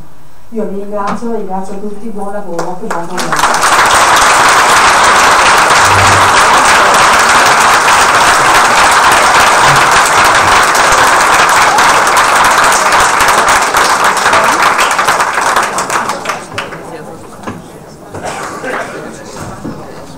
Bene, grazie Elena. Mi pare che la relazione sia piena di spunti, ma prima di passare al dibattito io volevo ringraziare i nostri ospiti che sono qui con noi, alcuni dei quali porteranno anche il loro diretto contributo. Abbiamo Conny Loreno, segretario della FNP del Veneto, Ronzoni Emanuele assieme a Rocco Debola della WILP del Veneto, e Hermes Coletto della FITL Veneta, Basso Tiziana Righetti, Finice Ferrari Cristian, segretario generale, e gli altri componenti della segreteria regionale della CGIL del Veneto, Maria Gallo, presidente regionale dell'Auser, Belli Dario a nome della Fede Consumatori del Veneto, Roberto Tomasi, coordinatore Veneto di Libera, la presenza dell'ANPI del Veneto con Diego Corovini e Tullio Cacco, la Fondazione Moressa con Chiara Tronchin, Votis Francesca e il compagno Fracasso del Consiglio regionale del Veneto del gruppo del PD, il SILP, il sindacato di polizia della CGIL con Fabio Malaspina e Cristian Ferretti, Leopoldo Tartaglia, ho visto nostro coregionale dello SPI nazionale, ma come dire ci sono tanti compagni e compagne delle federazioni regionali di categoria, intere segreterie delle Camere del Lavoro e di alcune strutture sindacali del nostro Veneto. Abbiamo pure la presenza dei responsabili regionali del CAF, dell'INCA e di conseguenza, come dire, li ringraziamo per la loro presenza.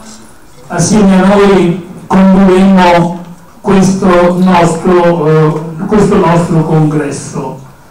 Per non farla lunga e ringraziarvi ancora per la vostra presenza, io do la parola a Colli Lorenzo della FNP CISL del Veneto. Si prepari Emanuele Rozzoni.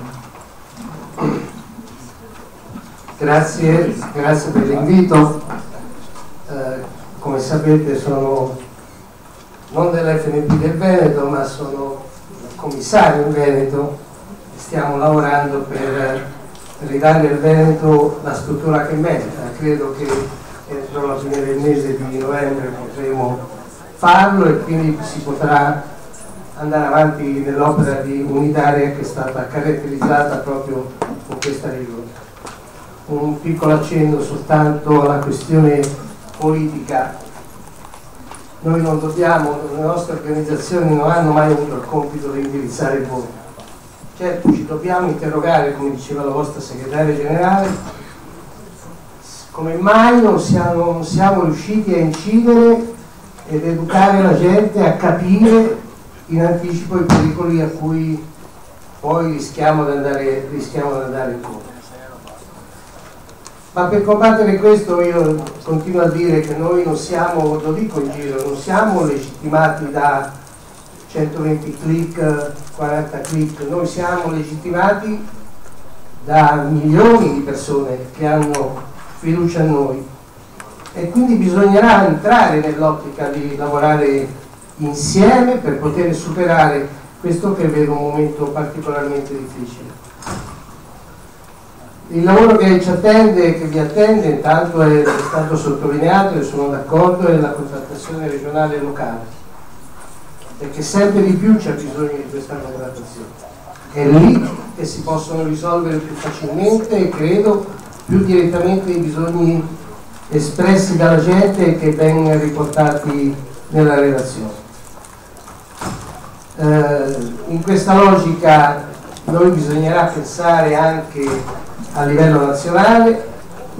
Noi abbiamo un accordo del settembre del 2016 da esigere, invece quello che si sta prospettando nella legge finanziaria di questo purtroppo, anzi di alcune cose addirittura non se ne parla. Pensate al lavoro delle commissioni, all'attesa di vita, al nuovo sistema di rivalutazione delle pensioni, se è adeguato. Ci sono tutte quelle cose che avevamo in mente, anzi si cerca di andare probabilmente in una direzione opposta. Anche noi abbiamo una posizione ancora di attesa sulla quota 100, il rischio è di perdere una cosa che secondo noi era la base di quell'accordo. Non tutti i lavori sono uguali e quindi non possiamo trattare tutte le persone per andare in quiescenza in maniera uguale, perché il più brutto gesto che possiamo fare è trattare tutti nella medesima condizione quando partono da condizioni diverse. Quindi questo è uno dei lavori che dobbiamo fare.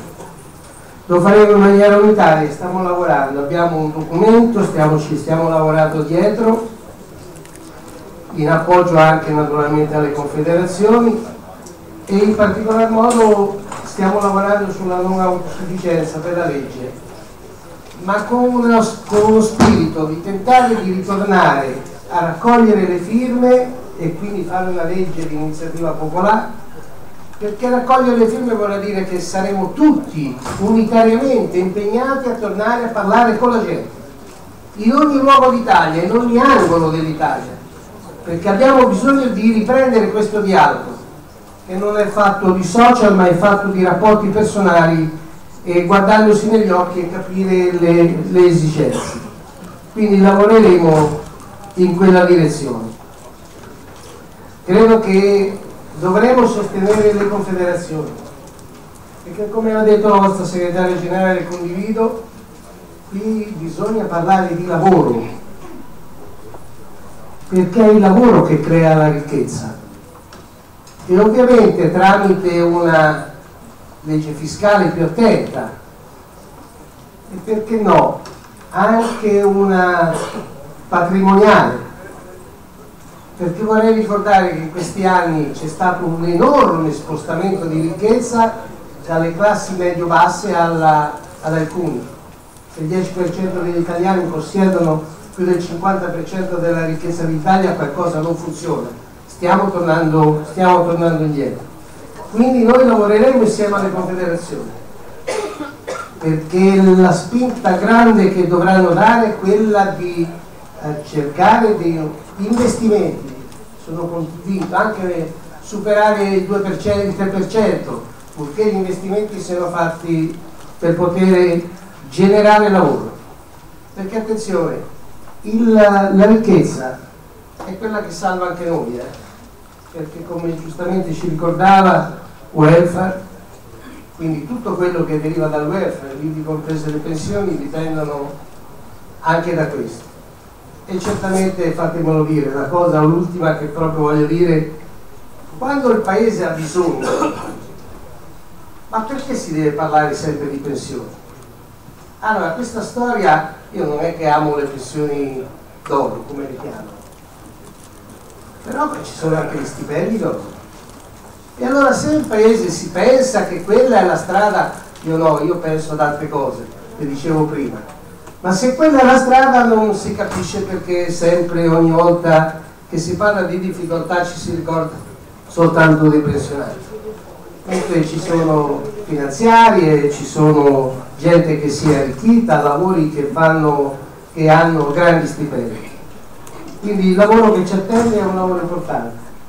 Io spero, ripeto, come ho detto all'inizio, che entro pochi giorni il Veneto sarà in grado di lavorare insieme a voi e vi auguro in questo momento fare un buon congresso e alla futura dirigenza in bocca al lupo, perché ci sarà molto bisogno di lavoro e di impegno. Grazie. Grazie Lorena. Diamo la parola al compagno Ronzoni Emanuele per conto della UILP Veneto. Si prepari Fabio Malaspina. Buongiorno a tutta la platea del congresso dello SPI. Ringrazio intanto Elena per l'invito, l'opportunità che ci è stata data di essere qui, perché dimostra il fatto che SPI, FNP e UILP siano insieme, che abbiamo intrapreso di nuovo la strada giusta. C'è bisogno di un sindacato forte, proprio per l'analisi che faceva Elena nella sua relazione. In questa situazione di grande difficoltà c'è bisogno di un sindacato forte, c'è bisogno di un sindacato che unito lavori. Credo che sia questa la prima caratteristica importante che dobbiamo riscoprire insieme. Due brevi considerazioni. La prima considerazione, Elena diceva, il mondo è cambiato, le situazioni stanno cambiando in peggio. E io chiedo e pongo questo quesito di riflessione al congresso dello SPI: ma siamo ancora sicuri che questo modello di sindacato è capace di intercettare, di parlare, di discutere in questo mondo che è cambiato? O anche noi ci dobbiamo porre il problema che forse qualcosina dobbiamo cambiare nell'atteggiamento? Io penso che anche noi un passo avanti lo dobbiamo fare. È cambiato il mondo esterno e allora, per usare un termine che qualche rappresentante di questo governo ha usato in campagna elettorale, prima che ci cambiano gli altri forse è necessario che anche noi qualcosina facciamo. Dico questo e faccio questa affermazione perché vedete, se oggi noi andassimo, io me lo sono posto come organizzazione questo problema, se oggi noi andassimo in mezzo alla gente a parlare delle cose che questo governo ipotizza, perché giustamente, come diceva Elena, ancora non abbiamo la concretezza degli atti, e dovessimo affrontare per esempio il problema di quota 100 e magari cominciassimo a dire che su qualcosa non siamo d'accordo, io credo che noi correremo sicuramente il rischio che qualcuno, anche dei nostri iscritti, non ci capisce, perché diventa impopolare, rischiamo di diventare impopolari.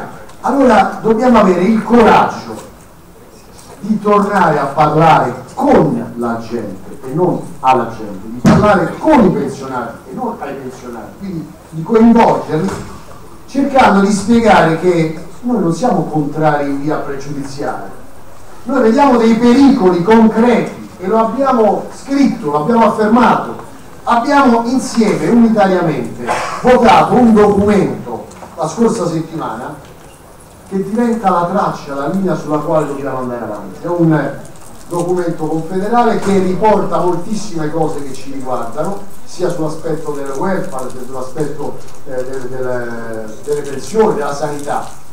Allora su quel documento ci dobbiamo basare e credo che la nostra gente abbia bisogno di vederci più vicini.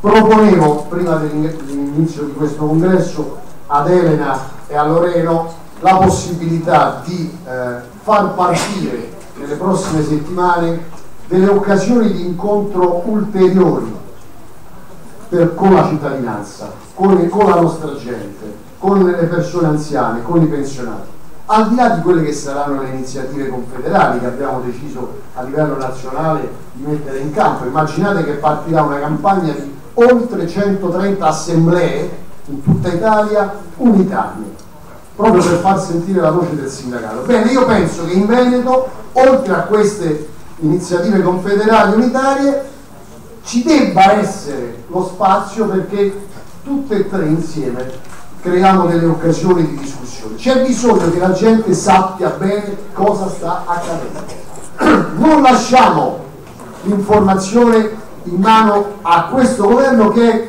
molto capace. Provate a immaginare e a ricordare in campagna elettorale che cosa è successo.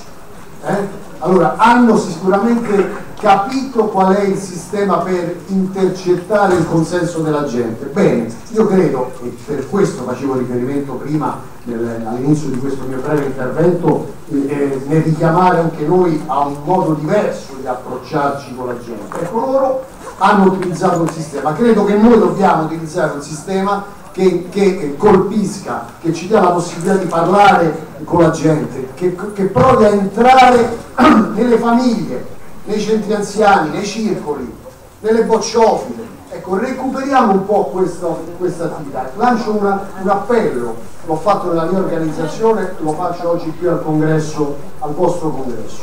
Fuori c'è bisogno di un sindacato, fuori c'è bisogno di qualcuno che parli con la gente, che dica la verità, che spieghi per esempio alla gente che questa caccia ai ricchi non funziona così come è stata presa. Se qualcuno pensa di mettere in discussione il servizio sanitario, e noi lo difenderemo fino alla fine, perché per noi è un diritto universale che va salvaguardato, ma non lo si può difendere facendo la caccia alle streghe, colpevolizzando i ricchi che si debbono pagare il sistema sanitario in modo privatistico.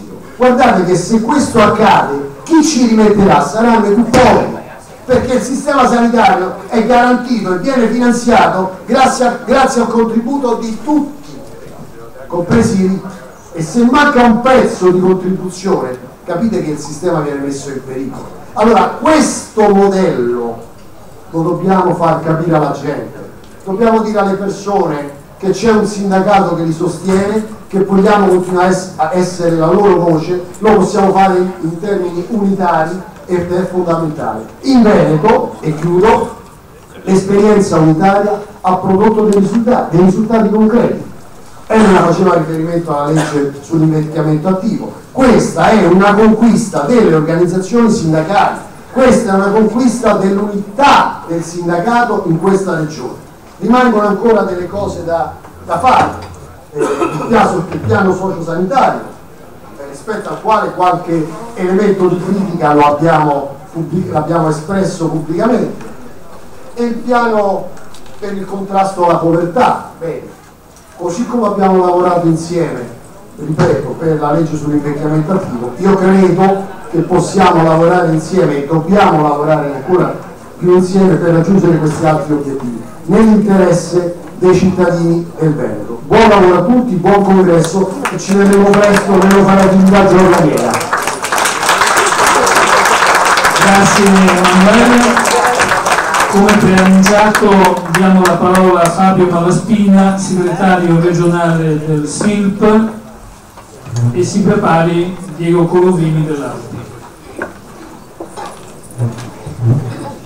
Buongiorno a tutti, grazie dell'invito. Come sapete, chi non lo sa, sono il segretario del CGL del Veneto, sindacato della Polizia di Stato, non ancora purtroppo categoria a pieno titolo della CGL, però insomma un po' alla volta magari di mandare in pensione anche questa soddisfazione se la daranno. Per essere breve e portare un saluto, però spesso capita, do anche un piccolo contributo perché abbiamo bisogno di farci conoscere e far capire che insomma le forze dell'ordine, quantomeno la polizia, ma anche le altre, dai, oggi sono buono, sono pieni di cose positive, accompagnate anche a cose a volte spiacevoli.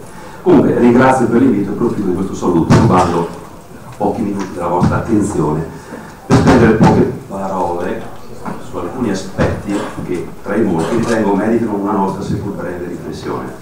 E non posso che partire dall'attuale momento politico e sociale.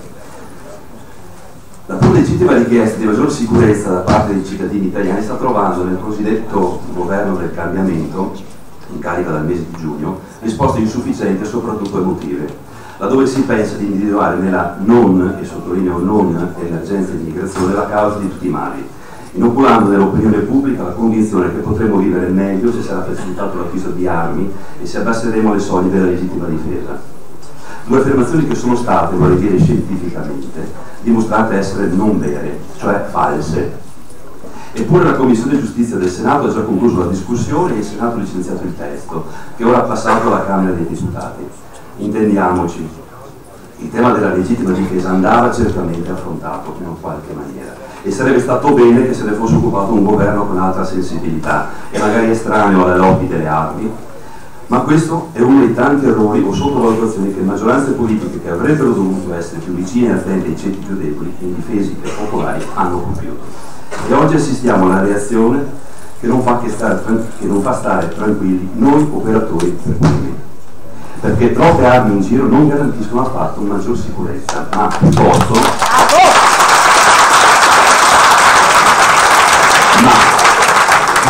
vorrei dire pure banalmente maggiori pericoli per tutti.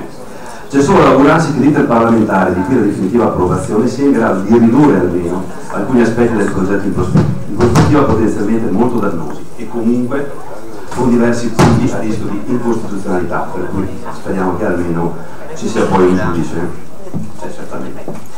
Radicalizzare il concetto di sicurezza e strumentalizzarlo per portare il consenso attraverso la propaganda nel concreto non serve a nulla e non dà risposte alle vere questioni, che è quella di avere, se necessario, e lo è in buona misura, forze di polizia efficienti, adeguatamente formate e meglio pagate. Un esempio non positivo arriva in quel senso del recente decreto 113, sembrava un numero inventato a caso, approvato lo scorso 4 ottobre e ora in discussione in Parlamento per la conversione in legge, ma come tutti i decreti legge già in vigore dallo scorso 5 ottobre, quindi parliamo di una legge dello Stato. L'assunzione e la formazione di nuovi operatori di polizia rappresentano un elemento dirimente per quel che riguarda la sicurezza dei cittadini. Al momento il decreto non introduce alcun elemento di novità e la situazione è quella assicurata dal governo Gentiloni con risorse sufficienti solo a coprire il turnover del 2016. La sostituzione di tutti coloro che hanno lasciato o lasceranno le forze di polizia e quando intendo forze di polizia intendo dire polizia, carabinieri, guardia di finanza e polizia penitenziaria, corpo forestale lo hanno distinto, nel 2017 e nel 2018 non è al momento di alcun modo prevista e finanziata, un gap da recuperare, come peraltro promesso in campagna elettorale, con almeno 8.000 nuove unità di personale in divisa da assumere, un'operazione del costo di 500 milioni di euro, della quale nel decreto non c'è traccia, così come non la si trova nemmeno nel testo, pur ancora non definitivo, stando ieri, del prossimo documento economico finanziario. Saranno questi i fatti scritti e non le parole quotidiane a dirsi quali sono le reali intenzioni di chi oggi guida il Paese, e non ci facciamo illusioni. Ma ci sono altri temi di forte impatto sociale che il provvedimento voluto dal ministro Salvini affronta in maniera superficiale, con scarsa efficacia e con una dose debordante di demagogia. Uno di questi è l'ulteriore estensione, magari parlo di cose tecniche, che hanno ricadute assolutamente nella vita quotidiana. Uno di questi è l'ulteriore estensione del DASPO, quel provvedimento ideato nell'89 per contrastare il tifo calcistico e dimostratesi molto positivo, invece è esteso anche a ulteriori e nuove fattispecie di comportamenti. Una prima estensione in verità era già avvenuta lo scorso anno ad opera del ministro Minniti, che aveva introdotto tra gli altri provvedimenti il cosiddetto DASPO urbano, una misura che viene ora ripresa dal decreto Salvini, allargandone le previsioni alle persone ritenute fiancheggiatrici di organizzazioni terroristiche, figure per le quali già dal 2015 è prevista una ben più incisiva misura quale l'espulsione dal territorio nazionale di persone sospettate di continuità col terrorismo, quindi il DASPO urbano da questo punto di vista non ha proprio nessuna ragione d'essere. Un secondo punto fortemente critico contenuto nel decreto è quello che prevede l'utilizzo indiscriminato della forza pubblica per le occupazioni arbitrarie di immobili. Una misura che non risolve i problemi se non si definiscono preliminarmente in maniera chiara le diverse tipologie di occupazione, che non sono per nulla tutte uguali e non possono essere quindi trattate e risolte allo stesso modo. Sappiamo di occupazioni di necessità di famiglie con bambini e persone anziane in tutte le città, soprattutto le maggiori, non vanno trattate come questioni di ordine pubblico. Ad esempio, per quel che più ci preoccupa come operatori, potrà anche essere riduttivo, ma è un problema sentito, se si tratta di edifici che una volta sgomberati dovranno essere custoditi per un riuso, chi li dovrà custodire, qual ente li dovrà successivamente in carico? La Polizia di Stato e le altre forze di polizia non possono diventare un imbuto dove far confluire tutte le competenze non esercitate per anni da chi ne ha la titolarità, a ognuno le proprie responsabilità. Altri punti caratterizzanti da un eccesso di demagogia e da ben pochi risvolti pratici in termini di ragionevole attesa di raggiungere gli obiettivi indicati è quello che riguarda l'allungamento da 90 a 180 giorni del tempo di permanenza dei migranti nei centri di accoglienza in attesa di accertare l'identità e nazionalità. Gli addetti ai lavori, cioè i nostri colleghi dell'ufficio di immigrazione, ci dicono che 60 o 90 giorni sono largamente sufficienti per ottenere una risposta da parte delle autorità dei presunti paesi d'origine.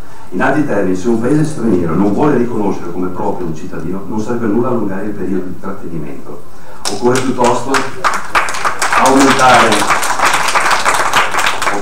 aumentare la collaborazione reciproca e l'autorevolezza della posizione italiana, con atteggiamenti equilibrati e non demagogici, su un argomento di difficilissima gestione nel quale non va certo sottaciuto l'Unione Europea non ha svolto il proprio ruolo né nel salvataggio né nella redistribuzione per i vari paesi, alimentando così una spirale di barbarimento di un fenomeno che non è emergenziale, in quanto quindi destinato a terminare a breve, ma strutturale, che coinvolge in vario modo tutte le zone ricche del paese. Non può che essere negativo il giudizio sull'abolizione dei progetti SPRAR, gli unici che hanno dimostrato di saper gestire in modo efficace, contenendo le criticità iniziali e le opacità gestionali che hanno caratterizzato tutti gli altri modelli. Padova, prefettura di Padova, tanto per citarne come una vicina. Così come va giudicata negativamente la decisione di tagliare i finanziamenti agli sportelli comunali che forniscono informazioni e assistenza agli stranieri che intendono accedere ai programmi di rimpatrio volontario, non forzato, direttando i finanziamenti al fondo rimpatri nazionali, o ancora intervenendo sullo status di rifugiato e di protezione, non procedendo a mettere ordine, perché un po' di ordine andava in effetti fatto, ma agendo con la tanto propagandata ruspa. Non va nascosto, non è utile a nessuno, il fatto che nel corso degli ultimi anni la materia è stata oggetto di continui provvedimenti legislativi che, magari nobili nelle intenzioni, non trovando però strumenti di piena ed efficace applicazione, hanno determinato un aumento del contenzioso amministrativo e giudiziario, con evidenti ricadute e conseguenze sociali, soprattutto nei quartieri più periferici e tra le fasce sociali già più deboli, dando fiato alle voci più critiche, quando non dichiaratamente razziste, che da troppi mesi ormai hanno trovato un contesto favorevole per esprimere tutta la loro negatività, favorita evidentemente dal cambio di contesto generale. Questo è quanto sta impegnando l'attuale legislatore italiano, con un'attenzione forte e particolare a temi di facile presa, agitati come bandiere propagandistiche, mentre non si dedica altrettanto impegno, per rimanere a questioni più vicine alla categoria, ad altri temi che vengono solo accennati. Mi riferisco al potenziamento del contrasto alle mafie, mai così forti nel nostro paese, ma mai così dissimulate e nascoste nelle loro manifestazioni esteriori più evidenti. Ma i segnali del loro sinistro splendore vengono certificati ogni giorno dai crescenti casi, anche nella nostra regione, di infiltrazioni negli affari, nella logistica. Scherzando, mi viene da dire, mai tanti camion autocombusti come in questi ultimi 2 anni in regione. Nel ciclo legale e illegale dei rifiuti, settore nel quale aumentano, cronaca di questi giorni, ma a livello nazionale non è così, è già strutturale, aumentano fortemente in tutta Italia i casi di incendi di interi depositi, legali o più spesso illegali, così come nel crescente fenomeno del caporalato, specialmente in agricoltura, anche nel vedo, nel debordante spaccio di stupefacenti, che è tornato forte e prepotente, con l'aumento anche delle vittime, come non si registrava da anni. Nelle operazioni di riciclaggio, che dal 2015 al 2017 sono aumentate di 1.700 unità, con la prospettiva di chiudere il 2018 con un aumento del 30% in 4 anni del riciclaggio nel Veneto. O per stare ad un aspetto più vicino alla platea, l'aumento costante e inarrestabile del numero dei reati che vedono gli anziani quali vittime principali. Proseguo. Passando ad un aspetto di categoria, l'assenza nel progetto di DEF di indicazioni sul rinnovo del contratto di lavoro, ma pare che ieri sera abbiano promesso di nuovo, che scadrà il 31 dicembre, unito alla mancanza di impegni certi per nuove assunzioni alle forze di polizia, crea forte preoccupazione e una disillusione lentamente crescente in una categoria che invece si è fatta illudere, man mano che si avvicina al momento del varo definitivo della manovra finanziaria. Per dare un dato, ricordo, e restando la dimensione regionale, che mentre nel 2014 nel Veneto operavano 5.300 donne e uomini della Polizia di Stato, carabinieri sono un altro numero simile, nel mese 5.300 nel 2014, nel mese di settembre 2018 questo dato è sceso a 4.826, un calo di 474 unità in 4 anni. Non solo, uno dei fattori che più preoccupa è l'età media degli operatori di polizia, la più alta tra le polizie di tutta Europa. Sempre per stare alla nostra regione, l'età media dei poliziotti delle 7 questure, quindi le questure, non tutte le specialità del Veneto, passa dai 40 anni di Venezia e Padova, che sono i più giovani, ai 41 di Verona, per salire ai 47 anni medi dei dipendenti delle questure di Rovigo e Treviso, per salire ai 48 dei colleghi di Belluno, fino ad arrivare all'età media di 49 anni per i poliziotti della questura di Vicenza. Consentitemi di dire che la nostra controparte mediamente ha 20, 22, 25 anni. Quindi non è che dobbiamo tutti correre dietro ai obiettivi, però è tanto per dare un dato. Questo è il dato reale, che unito ad una continua diminuzione dell'organico causato dalle scelte dei governi centro-destra degli ultimi 20 anni, mai sufficientemente modificate dalle forze di centro-sinistra quando è toccato a loro governare, pur in presenza della più grande emergenza terroristica internazionale mai vissuta, ci restituisce la fotografia attuale, ovvero quella del più basso numero di sempre di poliziotti e carabinieri finanzieri, con l'età media più elevata per quelli in servizio. Su questo fronte il CGIL si è sempre caratterizzato per una critica forte a tutti i governi degli ultimi 10 anni, di qualunque colore e orientamento, contro il mantenimento dell'irrazionale ricorso al personale militare nelle operazioni strade sicure, dove si impiegano ben 7.000 militari con un costo di 500 milioni all'anno, risorse che potrebbero essere impiegate per assumere un analogo numero di agenti. A noi non piace per nulla che nelle attività di tutela della sicurezza pubblica e nel più ampio contrasto a tutti i fenomeni criminali si continui a fare ricorso alle forze armate, diverse dai carabinieri, che lo sono. Forze che la nostra Costituzione, negli articoli 11, 52 e 98, prevede siano destinate alla difesa della nazione dai pericoli che provengono dall'esterno o da impiegare nelle missioni internazionali, peraltro di pace. Forze armate e forze di polizia non sono la medesima cosa e l'impiego degli uni nei compiti degli altri non è indice né di chiarezza di idee né di rispetto delle regole democratiche sancite dalle leggi. Ma c'è anche qualche notizia positiva. Innanzitutto il CGIL in questi anni prosegue la lenta ma continua a crescere gli iscritti, pur a fronte di un sensibile calo del personale di servizio, restando uno dei principali sindacati della Polizia di Stato e uno dei pochissimi che a seguito del riordino delle carriere introdotto lo scorso anno ha superato la soglia del 5% per accedere all'area negoziale dei dirigenti. Siamo quindi presenti in entrambe le aree, quelle dei dirigenti e quella del personale direttivo ed esecutivo, pur in presenza di un elemento che definirei degenerativo presente nel sistema sindacale di polizia. Pensate che a fronte di 99.600 operatori complessivi, abbiamo ben 22 sigle, con sigle costituite anche in federazioni di 5, 6 fino ad 8 sigle, ciascuna non rappresentativa, ma che messe assieme in matrimoni di solo interesse riescono in questo modo a raggiungere il 5%, che è la condizione minima per sedersi ai tavoli con l'amministrazione e il governo.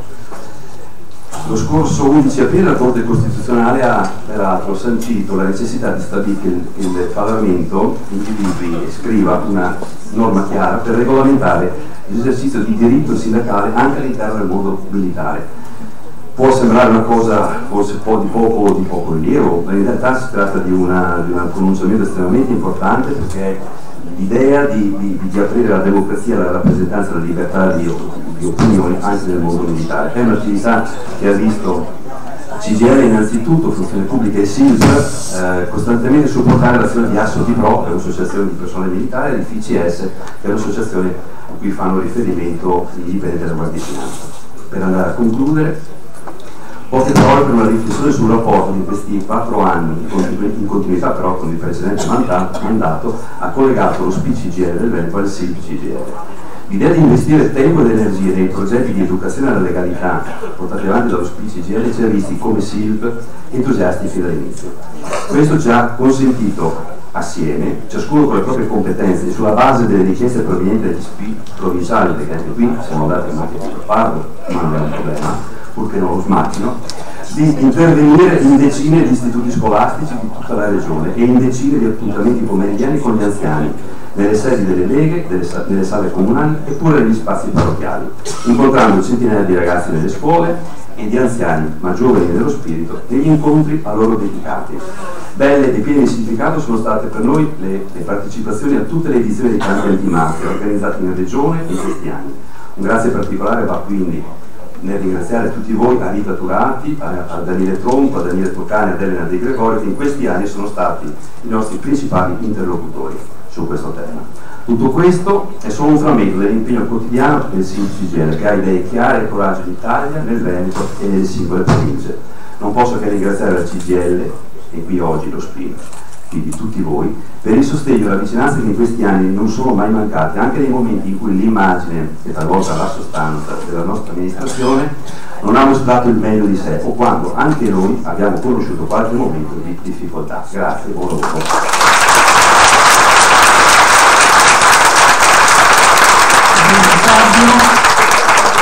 Diego Colomini, presidente regionale dell'AMPI. Si prepari Maria Gallo, presidente regionale di ATRA.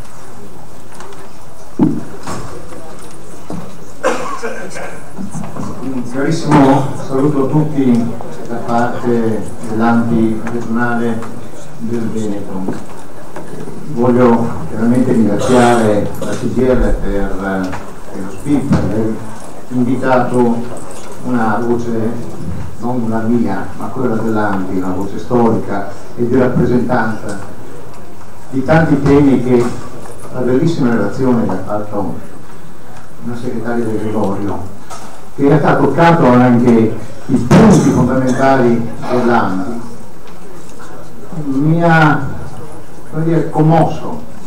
Avevo iniziato questa sua relazione ricordando la strage di Sant'Anna di Stazzema e, come sapete tutti, uno dei 3 punti fondamentali dell'AMPI è quello della memoria, e quindi ricordare un avvenimento come la strage in rappresentanza probabilmente di tantissime stragi che sono state perpetrate tra il 1944 e il 1945. Lo ha ricordato anche citando proprio la memoria, la necessità che noi abbiamo di ricordare il nostro passato. Ha anche citato le difficoltà che si trova la scuola in questi momenti, anzi la formazione. E Trampi è molto preoccupato che nell'esame di maturità sia stato tolto il test di storia. Non certo perché Salvini, come sapete, è un eterno studente di storia e non sia ancora laureato, perché togliamo la storia e quindi giustifichiamo anche l'ignoranza di qualcuno. Però su questo credo che non ci sia veramente tanto da scherzare. Non c'è da scherzare perché il 2018 è anche il 30° anniversario delle leggi razziali ed doveva essere un momento importante per ricordare una parte della nostra storia. Eppure questo governo, il ministro della pubblica istruzione, diciamo che non si è impegnato a ricordare questo terribile momento, anzi, pensando alle leggi in quanto tali, si dà un'idea un po' diversa di quella storia. La relazione ha parlato anche di antifascismo. L'antifascismo credo che sia il fondamento dell'anti. L'altro giorno per radio ho sentito un'intervista a una deputata della Lega, la Saltamarini, la quale ha chiesto qual era l'affinità che lei aveva nei confronti del fascismo e disse: guardate, non c'è nessuna preoccupazione del fascismo, il fascismo è passato, è una parte storica, il fascismo non verrà più. Lei dice, ma l'interlocutore gli chiede, ma tutti i valori del fascismo lei rinnega? E lei dice una frase che ritengo importante, ricollego anche alla memoria. No, dice, io condivido tutto quello che ha fatto il fascismo fino al 1938, quando le leggi razziali hanno reso infame il fascismo. E gli è stato ricordato che però dal 22 al 38 sono state abolite la libertà di stampa, la libertà di riunione, è stato abolito il Parlamento, sono stati uccisi i fratelli Rosselli, Matteotti, i carcerati, le figure chiaramente di Gramsci e di tutta la cultura del Novecento. Quindi vedete che sì, non tornerà sicuramente quel tipo di fascismo, però l'idea di quel periodo, l'idea del superuomo, l'idea dello Stato centrale, l'idea di ridurre i soloni, ora si parla di tweet, bastano 10 parole per esprimere un concetto, e quando qualcuno parla più di 5 minuti diventa il solone, quello che parla, che dice, che racconta la storia. La storia è questa, la storia non si può raccontare con un tweet, non si può raccontare che si è abolita la povertà. E siamo anche preoccupati, è stato un bellissimo passaggio sulla Costituzione, credo sia anche legata a un progetto politico. Questa Costituzione che ci ha resi liberi, questi nostri partigiani che hanno combattuto, qualcuno ha pagato con la vita, io stesso ho avuto un padre partigiano e deportato a Dachau, memoria che è difficile da togliere veramente, se non altro perché mio padre si è sempre vergognato di raccontare quell'esperienza, perché le umiliazioni provate in quei 7 mesi passati in campo di concentramento, un uomo che subisce e si vergogna per quanto gli altri siano stati in grado di fargli subire. Dicevo, questa Costituzione che ci ha dato la libertà, che ci ha ricordato quali sono i diritti degli uomini, avete sentito Grillo? Non ci comoda più che il capo dello Stato abbia i poteri, non ci comoda più, dice questa frase. E ricordate che per quanto sia smentito un'affermazione di questo genere, rimbombata poi in tutti i media e naturalmente sui social, per quanto lo si disconosca, comincia a girare, comincia a essere una giustificazione per sopprimere le libertà. E se a parlare di queste libertà c'è un signore, mi dispiace che sia anche lui un fuoricorso a scuola, dice che la Corte dei Conti e la Banca d'Italia per parlare deve essere eletta.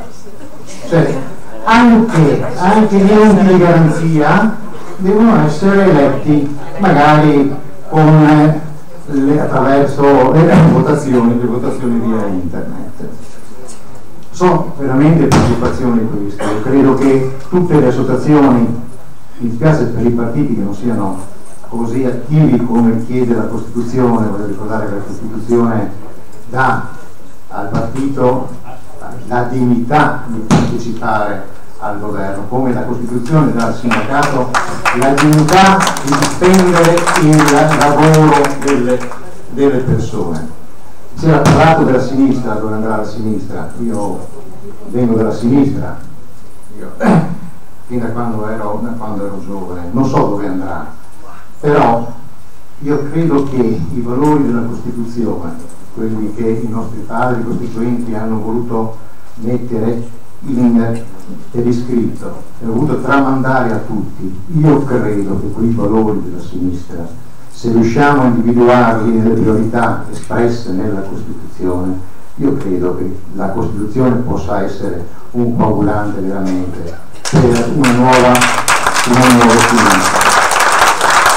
Io voglio augurare un buon lavoro a questo congresso, sicuro e certo che il lavoro, la dignità, l'uguaglianza, la partecipazione siano i valori che da sempre hanno contraddistinto la CGIL e siano anche quelli che guideranno questo congresso. Grazie.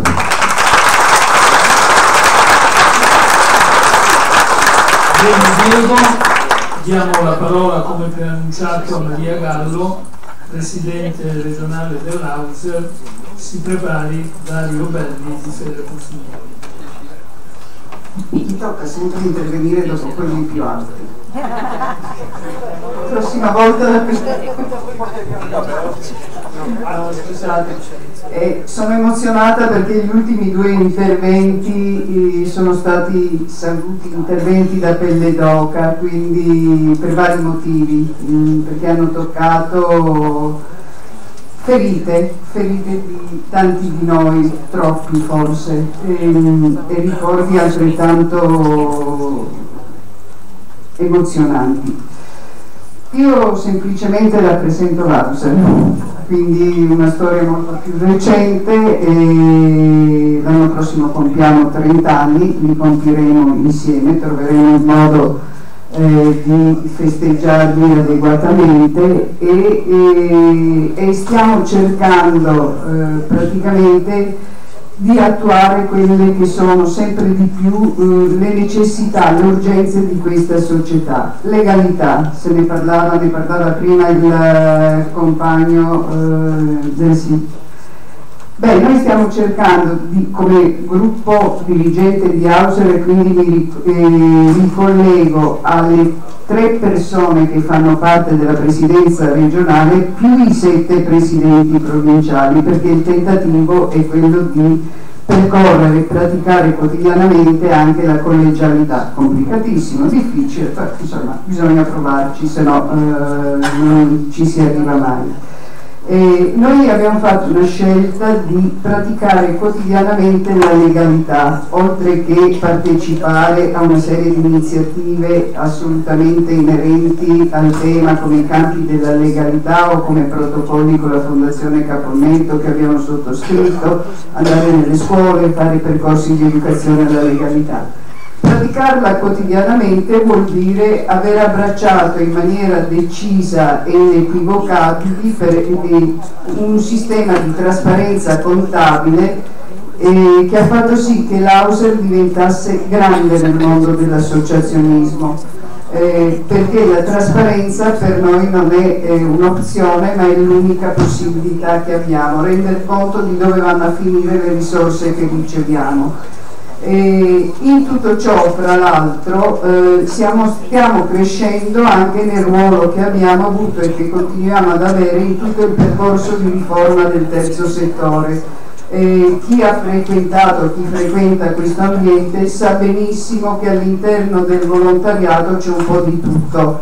Ci sono associazioni che a vario titolo si sono formate. Anche qui abbiamo condiviso l'idea di percorsi di trasparenza e di riconoscimento di rappresentanza di aiuti che vengono dati a persone che hanno più bisogno escano assolutamente da quello che è l'alone dell'incenso, come lo chiamiamo spesso, in quanto dobbiamo abituarci ad avere sempre più in mente un volontariato di tipo laico anche, che consente a tutte le professioni religiose, a tutte le credenze religiose, di avere il proprio ambiente in cui esprimersi liberamente, ma senza supremazia gli uni rispetto agli altri. Per noi questo è la laicità del volontariato, proprio per riconoscere pari dignità a tutti e la libertà a ognuno di auto-organizzarsi magari in associazioni che abbiano maggiori sensibilità e affinità. Prima Elena ricordava nella sua bella introduzione ai nostri lavori e ai vostri lavori che bisogna agire rispetto all'invecchiamento attivo innanzitutto sulla qualità della vita, quindi anche mangiare bene fa parte di questo. Noi siamo non solo assolutamente d'accordo, ma stiamo cercando di declinare, di interpretare nei vari territori quello che è anche il vivere in maniera sana, una vita di relazioni, una vita che consente anche arrivati alla pensione, perché purtroppo la maggior parte dei nostri iscritti, e per fortuna, per carità, ma sono quasi esclusivamente persone andate in pensione. Noi accogliamo anche chi è al lavoro, anche i giovani, non c'è problema, purché maggiorenni, porte aperte. Però noi cerchiamo appunto di lavorare per combattere, la nostra attività si basa soprattutto sul tentativo di combattere la solitudine che poi hanno le persone una volta arrivate alla pensione, magari con nuclei familiari che hanno fatto percorsi diversi, e quindi cercare di ridare un po' di senso alle giornate, e man mano che la gente si appassiona a questa attività diventano poi gli entusiasti e protagonisti in diretta, quindi ci pare di fare una bella attività.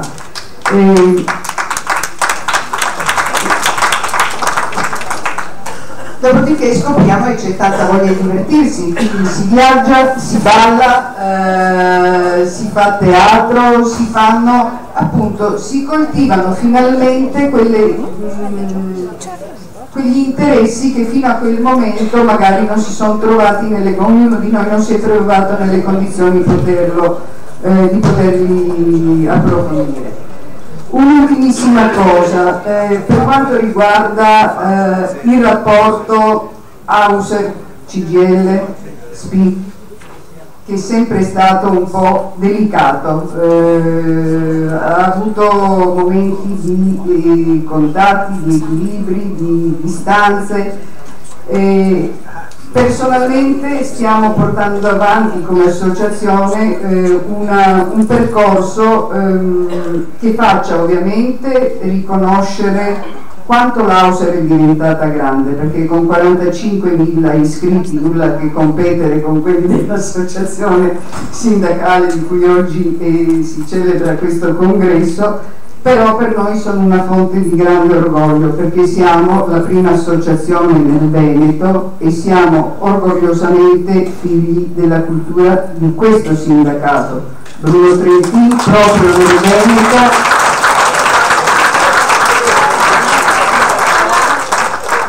ha dato il via a questa avventura dell'Auser come organizzazione, come associazione dei pensionati.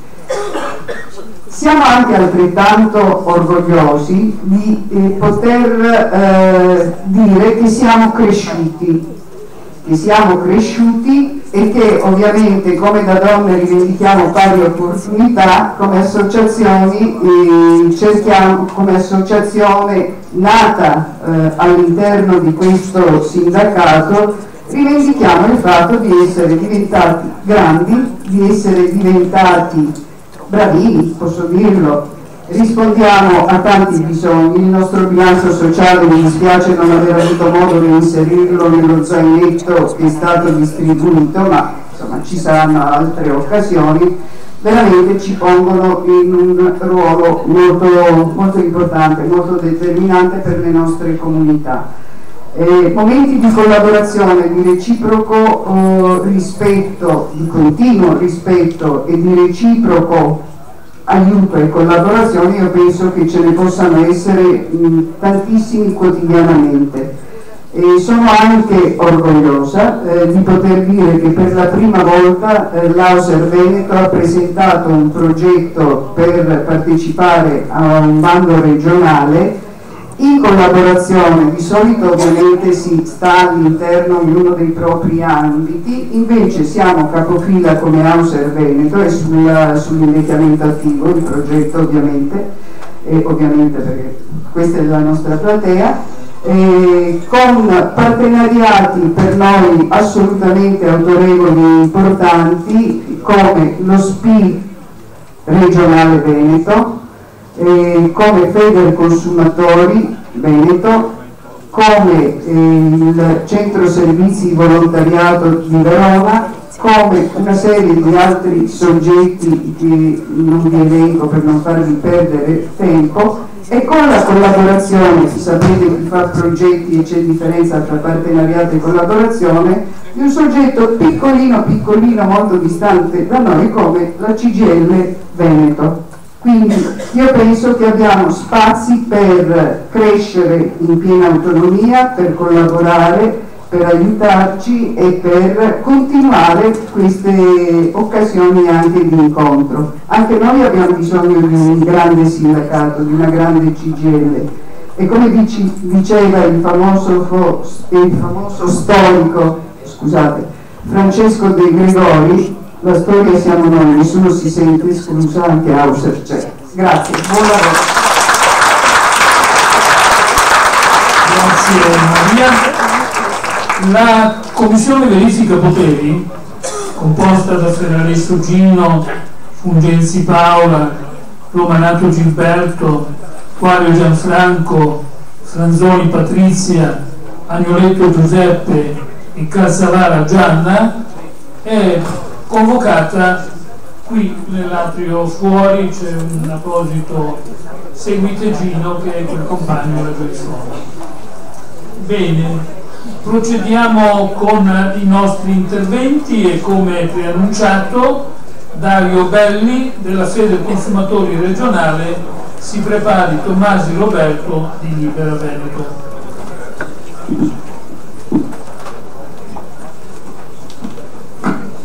Buongiorno a tutti, io rappresento la Federconsumatori di Padova, ma vi porto anche il saluto della Federconsumatori di tutto il Veneto, perché la nostra Presidente per un motivo familiare non è potuta venire, e quindi vi ringrazio dell'invito, vi porto il saluto e soprattutto ci tengo a fare i ringraziamenti sia da parte dell'Associazione di Padova sia da parte dell'Associazione di tutto il Veneto. I ringraziamenti doverosi nei confronti dello SPI per tutta la collaborazione che ci ha dato in questi anni e più in generale della CGIL.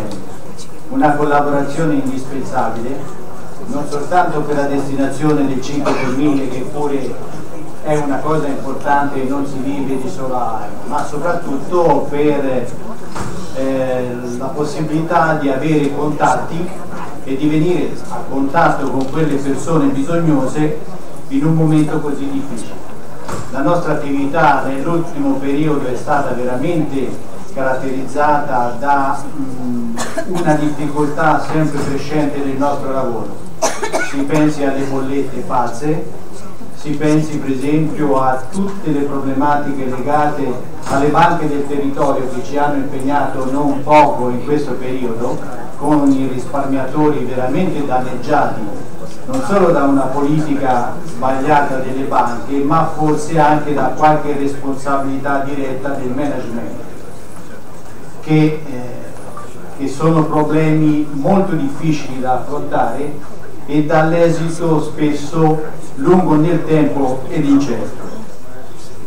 Mi riferisco poi a un altro fatto che caratterizza il nostro lavoro. Quei contratti come dire, estirpati proprio con l'inganno, soprattutto alle persone più anziane.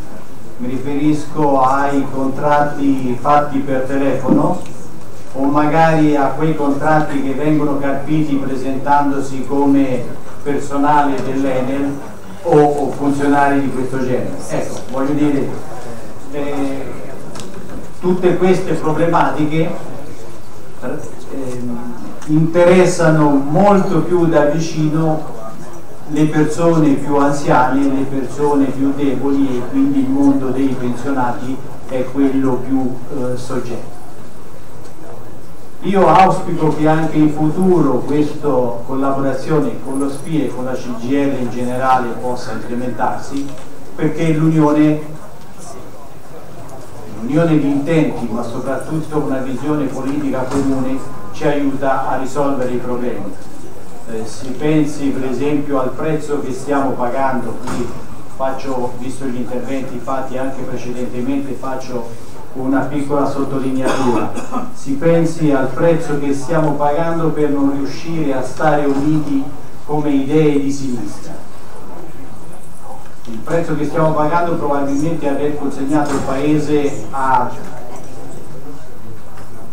ora userei un termine un po' troppo eccessivo, comunque con persone veramente poco adeguate. Quando non c'è l'unità, quando non c'è l'unione di intenti, si rischia poi di vivere una vita decisa da altri e soprattutto si perde la possibilità, perdendo il potere, si perde la possibilità di fare tutti quei provvedimenti che dovrebbero essere vicini alla nostra gente e combattere le ingiustizie. Io ho lavorato tutta una vita in banca e mi sono occupato sempre di banca e di finanza, e vi posso assicurare che basterebbe poter fare dei provvedimenti seri nei confronti dell'evasione fiscale per risolvere il 90% dei nostri problemi. Ora, perché io mi riferivo all'unità e all'unione di idee a quel popolo di sinistra che forse ha perduto la capacità di stare insieme? Perché quando si perde di vista le cose veramente utili da fare, si rischia poi di danneggiare quelle che sono le persone più deboli. Io vi posso assicurare che oggi chi ha tanti soldi e vuole portare i soldi all'estero ci mette 72 ore ed è tutto regolare, e quelle persone l'hanno già fatto e lo stanno facendo. Laddove il nostro paese dovesse andare in difficoltà, chi ci rimette sono sempre le classi più deboli. Ecco, io ho lasciato anche questo pensiero politico che esula un po' dal nostro lavoro, però mi sentivo di dirlo. Grazie a tutti. Grazie a te Dario. Come preannunciato Roberto Tommasi, coordinatore regionale di Libera, si prepari Anna Vidal. Buongiorno, ben trovati a questo vostro congresso.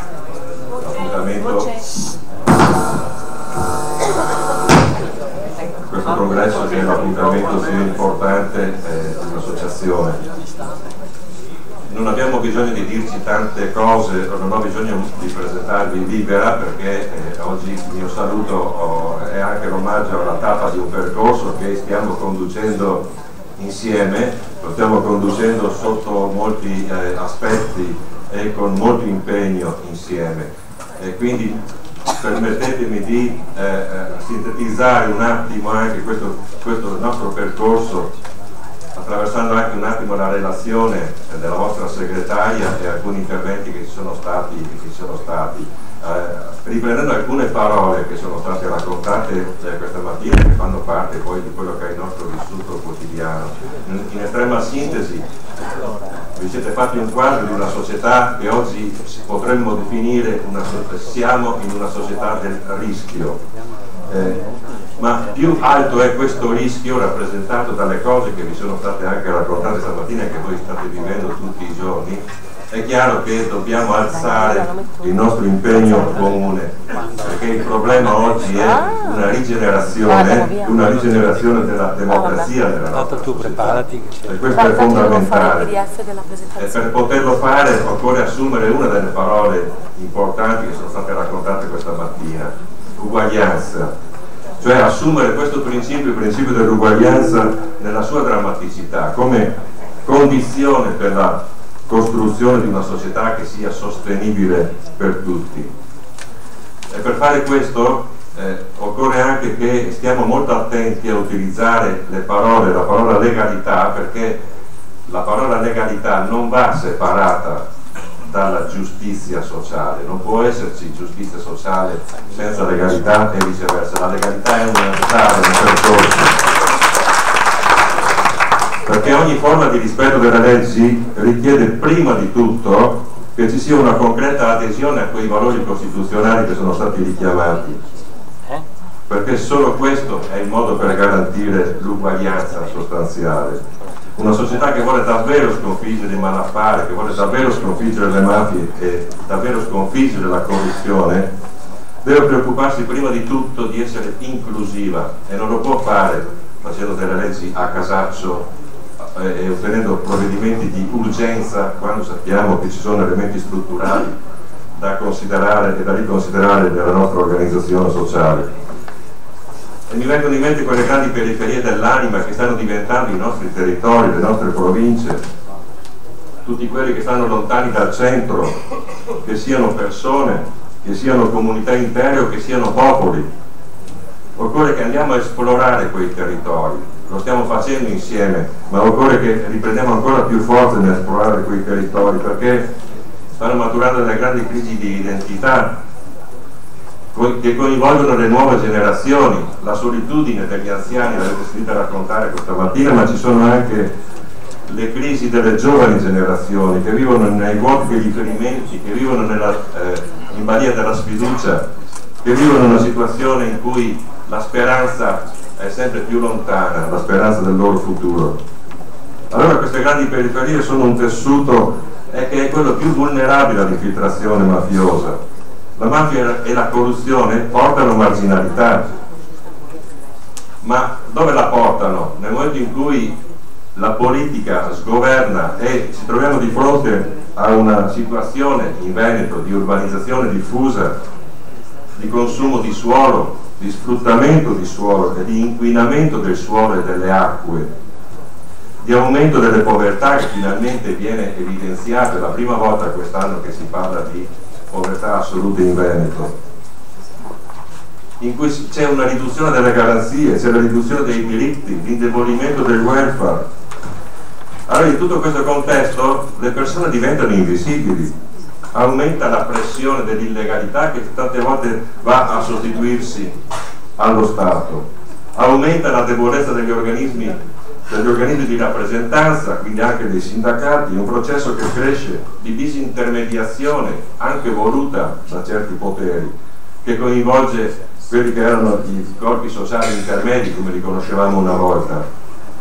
E allora dove si accentua l'instabilità degli attori sociali si genera una società della sfiducia che inevitabilmente favorisce la caduta dei valori, la rassegnazione, l'aumento delle disuguaglianze. E allora abbiamo due strade davanti per poterci contrapporre a tutto questo e per cercare qualche cosa di diverso, di alternative. Sono le relazioni e la conoscenza, perché se siamo arrivati a questo punto e anche perché siamo diventati una società di relazioni spesso opportunistiche, di interessi privati, dove l'altro, e l'ho sentito spesso anche da membri del governo, o siamo complici o siamo nemici, non si trovano vie di mezzo. Ma siamo anche una società che culturalmente sta andando alla deriva, allora, dove prevale un'informazione di seconda mano tante volte, il sentito dire, le semplificazioni. Pensate anche alla lotta alla mafia, anche da quello che è stato detto prima dal rappresentante del sindacato della polizia, ma c'è un limite, uno dei limiti fondamentali sta in quei difetti cognitivi che stanno nella nostra società, quella società che dovrebbe combattere la mafia, difetti che in forme diverse riguardano giovani, ma riguardano anche gli anziani, cittadini che sono sprovveduti, ma delle volte riguardano anche dei magistrati giudicanti, riguardano gli intellettuali, riguardano i politici, quelli che si devono occupare di questo. Molti si sentono autorizzati a dare sentenze e a dire banalità, travestendole da scienza. Mi viene in mente per esempio il fallimento anche del ruolo dell'osservatorio istituito dalla Regione Veneto sulla criminalità organizzata. È stato istituito con una legge importante, ma è una legge che anche questa ha bisogno di essere rivista, di essere aggiornata in diversi punti. Pensate per esempio che la giornata del 21 marzo, alla quale voi partecipate ormai abitualmente, viene divisa in due parti: c'è la giornata nostra e c'è la giornata della Regione. Non può esistere questo, c'è una legge dello Stato che abbiamo ottenuto con anni di sforzi, di sacrifici. Pensate all'utilizzo sociale dei beni confiscati, che devono tornare a essere nostri. I beni confiscati ai mafiosi e ai corrotti devono diventare bene comune. Pensate al disimpegno su questo. Pensate alle pratiche educative, ecco, è una legge che noi da tempo chiediamo sia rivista. La conoscenza dunque, da intendere la conoscenza però come una forza propulsiva, una forza che produce sviluppo nella coscienza civile, perché voi lo sapete, se lo diciamo anche quando facciamo i nostri incontri nei campi estivi o nelle scuole o anche semplicemente facendo autoformazione tra di noi, la vera forza della mafia sta fuori della mafia, questo ce lo siamo detto, sta nelle nostre debolezze soprattutto, ma sta anche in quegli ordini professionali che chiudono un occhio di fronte a false perizie, sta anche in quei politici che anche qui in Veneto accettano o cercano addirittura dei voti sospettabili, sta nelle omissioni del quieto vivere, in funzionari di banca che fanno finta di non vedere, sta nella cattiva informazione, sta nelle debolezze culturali sempre più diffuse. Questo nord-est ci siamo messi insieme, allora abbiamo chiamato anche le altre regioni, il Trentino Alto Adige e il Friuli Venezia Giulia, abbiamo fatto delle considerazioni che ci portano a essere abbastanza preoccupati, perché abbiamo scoperto che 4 cittadini su 10 dicono che per loro la mafia ancora adesso dicono che non c'è, oppure è un fenomeno molto marginale nelle nostre regioni. Oppure non so, quasi metà degli abitanti del Veneto dicono che la corruzione qui non c'è. I ragazzi che erano alle scuole medie quando è scoppiato lo scandalo del Mose, che adesso sono adolescenti, non se lo ricordano o non ne hanno sentito parlare. Allora ci siamo messi in ascolto, abbiamo fatto un grande viaggio, ecco, poi lascerò alla vostra presidenza i risultati di questo viaggio che stanno in questo rapporto, sul quale torneremo insieme in questi prossimi mesi, perché dovremo riflettere veramente insieme su questa che vi ho detto adesso come una piccola fotografia molto parziale. La ingrandiremo questa fotografia perché riguarda un territorio importante, e però allo Stato in questo territorio la penetrazione delle mafie e della corruzione è stata capace di entrare, ma anche di rendersi invisibile e di mettersi, come l'abbiamo descritto nel nostro rapporto, quasi a pelo dell'acqua, un pochino fuori, un pochino dentro.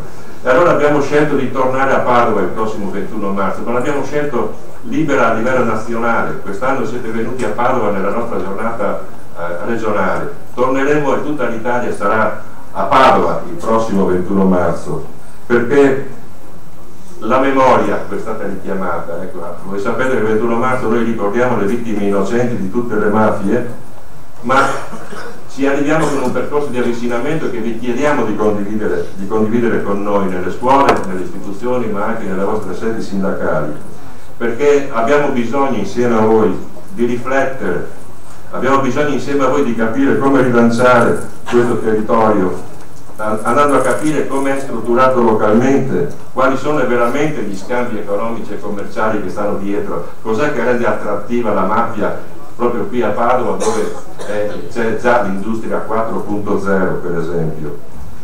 Si è prodotta ricchezza in questi territori, ma si è anche permesso alle mafie e alla corruzione di diventare soggetti attivi in questi territori, dove il mito della crescita e del rilancio di modelli economici spregiudicati ci hanno reso permeabili alla corruzione, al riciclaggio e alla devastazione ambientale. Allora essere qui a nord-est, essere qui con voi oggi, ma a essere qui insieme nei prossimi mesi per parlare di giustizia sociale, ambientale ed ecologica, per rivendicare il diritto al lavoro, alla difesa dell'ambiente, alla partecipazione democratica delle scelte. Ecco, la memoria si incarna con questo, anche perché dobbiamo tenere conto di una cosa, perché le vere vittime di mafia sono quelle che sono ammazzate dalla mafia, ma siamo anche noi, sono tutti i nostri territori nel momento in cui lasciamo o si permette che non ci sia un contrasto rispetto a questo, luoghi calpestati, luoghi distrutti, esseri viventi calpestati e distrutti. Allora insieme dobbiamo cercare di capire e costruire il fatto che i rapporti di forza si possono veramente rovesciare. Si possono rovesciare se ci mettiamo insieme corresponsabilmente, individuando la necessità di giustizia e l'urgenza di una sostenibilità che oggi è imprescindibile, senza lasciare nessuno indietro. E buon congresso. Grazie Roberto. Puoi pure contare che lo SPI e la CGIL saranno fattivamente presenti all'iniziativa del 21 di marzo a Padova.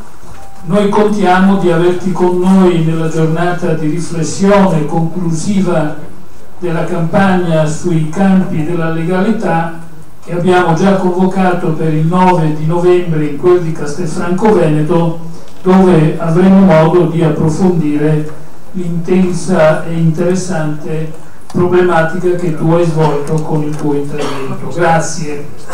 Alla Chetichella è arrivata in sala la compagna Livia Turco, alla quale diamo il nostro benvenuto. Livia sarà protagonista oggi nel primo pomeriggio con Elena e Rosi Bindi alla tavola rotonda che è prevista nei nostri lavori. Benvenuta. Di conseguenza noi proseguiamo dando la parola a Stefano Fracasso del gruppo consigliare del PD della Regione Veneto e si prepari dopo, scusa, Anna Pirano. Prego Stefano. Sì, grazie, chiedo scusa, ma vi dirò anche il motivo. Tra l'altro, siccome non parte il congresso del Partito Democratico, dico approfittiamo di quello della CGIL e quindi no, vabbè, la relazione del vostro segretario ha toccato tantissimi temi di grande interesse, però ce n'è uno che non è solo qui si fa il futuro, ma è anche oggi, perché tra un'ora la Commissione Sanità del Consiglio regionale inizia la discussione del nuovo piano sociosanitario e tra 15 giorni circa il piano arriva in aula e dovremo insomma dare battaglia su questo piano, perché come ha detto benissimo il vostro segretario l'attuale piano ha tradito le promesse, ha tradito la promessa che dall'ospedale il baricentro della presa in carico, della cura e assistenza sarebbe portato sul territorio e quindi gli ospedali di comunità, le medicine di gruppo, i distretti, le case di riposo e ahimè siamo qui a dire che questa promessa non è stata mantenuta. Allora perché vi dico c'è una questione, una solo ne scelgo, ed è questa della non autosufficienza, perché ce n'è un'altra grandissima demografica, le culle sono vuote, però le case di riposo sono piene, ma dentro le case di riposo non sono tutti uguali i non autosufficienti, ce ne sono 25.000 che hanno la quota sanitaria del fondo regionale e ce ne sono più di 7.000 che non ce l'hanno e quindi si pagano di tasca propria una retta che va dai 2.300 euro al mese a a proposito della dichiarazione che ripete continuamente il nostro Presidente Zaia, che lui non mette le mani in tasca dei veneti con l'addizionale IRPEF, ma gliela mette non dando la possibilità a tutti di avere il contributo sanitario. Allora, ci sono anziani di serie A e ce ne sono di serie B, quindi la prima questione è, e noi la poniamo da oggi, e io vi chiedo, ma sono sicuro che ci sarete, di alzare anche la vostra voce da questo congresso: tutti gli anziani in casa di riposo devono andare in serie A. A tutti deve essere garantita la quota sanitaria, perché un motivo semplicissimo: perché la non autosufficienza è un livello essenziale di assistenza. Punto. Non ci sono altri discorsi. Questo è. E su questo vi chiedo di alzare, ripeto, la vostra voce. Questo è il primo tempo di una partita che si gioca come nel rugby in 3. Primo tempo è questo, tutti in Serie A. Il secondo tempo è il bilancio. Dicembre. Perché noi abbiamo bisogno che il fondo della non autosufficienza in Veneto, dopo 10 anni di blocco, il fondo della non autosufficienza in Veneto vale oggi come 10 anni fa. Gli anziani non autosufficienti non sono quelli di 10 anni fa, né in numero né in complessità assistenziale, e chi vi lavora lo sa. Quindi il secondo tempo sarà quello, e il terzo tempo è una legge di riforma che aspettiamo dalla legge Crispi da oltre un secolo e non è ancora arrivato, e a questo punto deve arrivare. Quindi io chiedo anche scusa per aver anticipato, ma devo andare a Venezia perché inizia questa discussione. È una discussione importante, avete toccato tanti temi. Il Veneto è probabilmente uscito dalla crisi economica, il segretario generale, sappiamo, l'occupazione è tornata sui livelli della crisi, ma non è uscito dalla crisi sociale, non è uscito dalla crisi sociale, ed è lì che dobbiamo fare il nostro sforzo.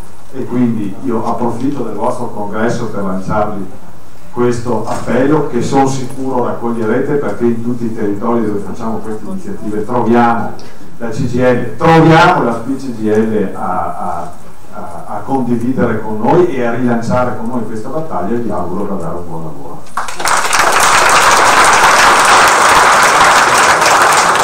Grazie Stefano e buon lavoro. Anna Bilato, direttrice regionale dell'Inca.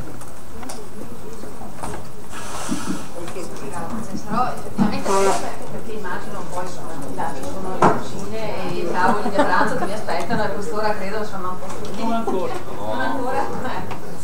No, grazie veramente tantissimo, sono felice di essere qui con voi in questo importante momento, in questo importante appuntamento per l'Ospedale del Veneto. E sarò brevissima proprio perché voglio, oltre che porre il mio saluto, anche vi voglio veramente porre un forte ringraziamento. In realtà sono 3 grazie, vi voglio dire, 3 grazie, e adesso ve li dico uno per uno. Un primo grazie per averci sostenuto. Ovviamente io quando parlo per averci sostenuto, parlo del patronato L'Inca e di quello che è accaduto all'Inca in questi ultimi anni. Per aver sostenuto l'Inca in questi anni difficili, voglio che ti ascolti, Lele, perché ti devo ringraziare, ok? Perciò un primo grazie per averci sostenuto, per aver sostenuto l'Inca in questi momenti difficili, dove abbiamo assistito ad un costante aumento della richiesta di attività di tutela individuale, parallelamente ad un esplicito processo di riduzione del finanziamento pubblico al fondo di patronato. Tale scenario ci ha costretti a pensare quali azioni mettere in atto, ma soprattutto come potevamo essere agenti di cambiamento con la finalità di aumentare il numero delle persone che riconoscono nella CGIL un punto di riferimento politico, contrattuale di tutela. Un processo molto impegnativo che ha visto parallelamente ad un protagonismo dell'Inca uno SPI attento, presente, disponibile al rinnovamento e a mettersi in gioco. La regia confederale della CGIL in tutto ciò è stata fondamentale. La creazione di un apposito fondo nazionale e della delibera del 22 dicembre e la convenzione con il Ministero del Lavoro, oltre all'attività consulenziale, ha proprio svolto diciamo una funzione di rafforzamento dell'attività e di conseguenza della rappresentanza. Poi sono nel materiale che c'è nelle cartelline, c'è anche del materiale che abbiamo prodotto assieme con lo SPI appunto rispetto alla rappresentanza. Allora, primo grazie è questo. Secondo grazie, un secondo grazie veramente di cuore per aver compreso l'importanza di mettere a fattor comune gli sforzi a difesa dei diritti.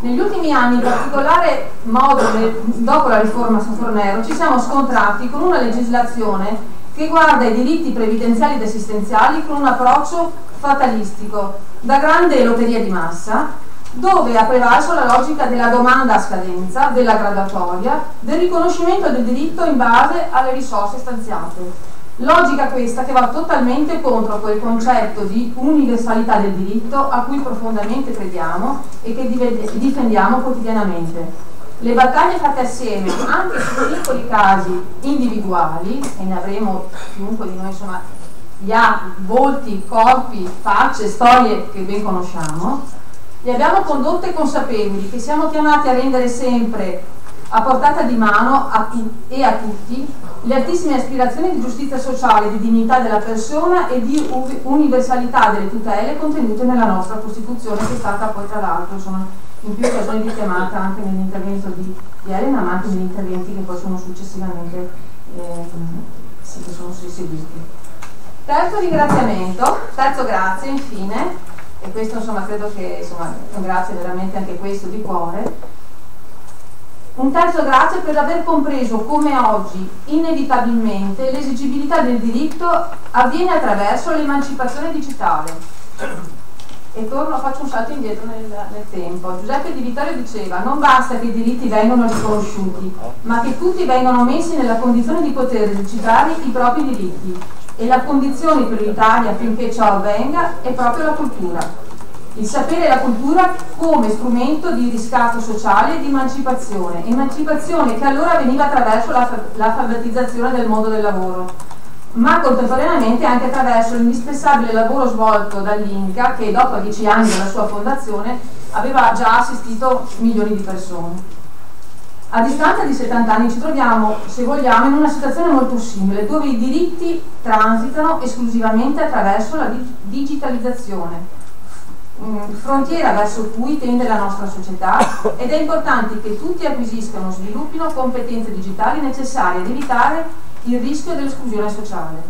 Grande sforzo è stato quello dello SPI del Veneto in questi anni nel mettere a disposizione dell'intera organizzazione e dell'Inca decine e decine di collaboratori volontari, che io voglio fare un applauso perché veramente intanto con grande passione e senso di responsabilità sono stati in grado di sostenere e tutelare quei pensionati, quei lavoratori, quei cittadini, quegli immigrati che altrimenti sarebbero stati espulsi da un sistema di tutele e di diritti.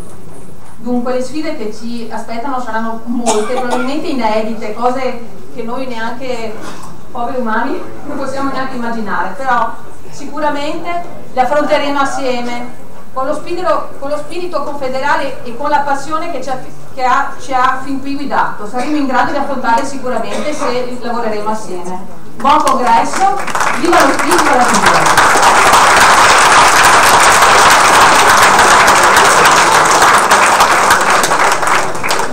Diamo ora la parola a Gino Ferraresso, Presidente della Commissione Verifica Poteri.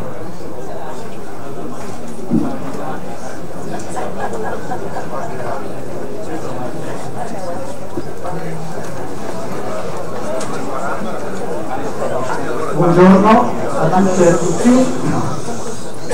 Vi leggo il verbale della Commissione Verifica Poteri. In dato odierna la Commissione Verifica Poteri, eletta dal 13° Congresso PCDL Veneto, in svolgimento presso l'Hotel Pro Plaza a Padova, registra numero 160 delegati al Congresso su 200 aventi diritto, di cui 74 donne e 86 uomini. La Commissione comunica al Congresso che lo stesso è valido. Adesso noi diamo la parola a Cesare Pace dell'associazione Libri contro Fucili, che interviene supportato anche dalla proiezione di un filmato. Poi Cesare, tu farai il relativo commento, eccetera. Grazie. Le luci.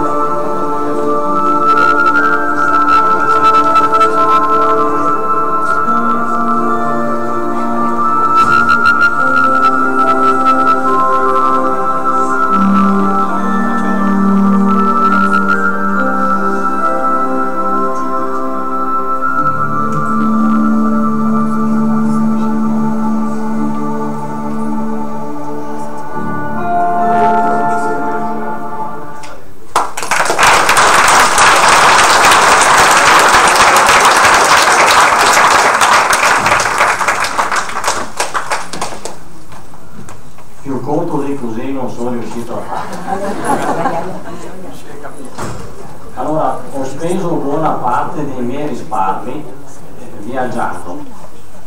Ho visto delle straordinarie ricchezze e anche delle incredibili povertà. E mi hanno colpito soprattutto le incredibili povertà. E mi sono più simpatici i poveri.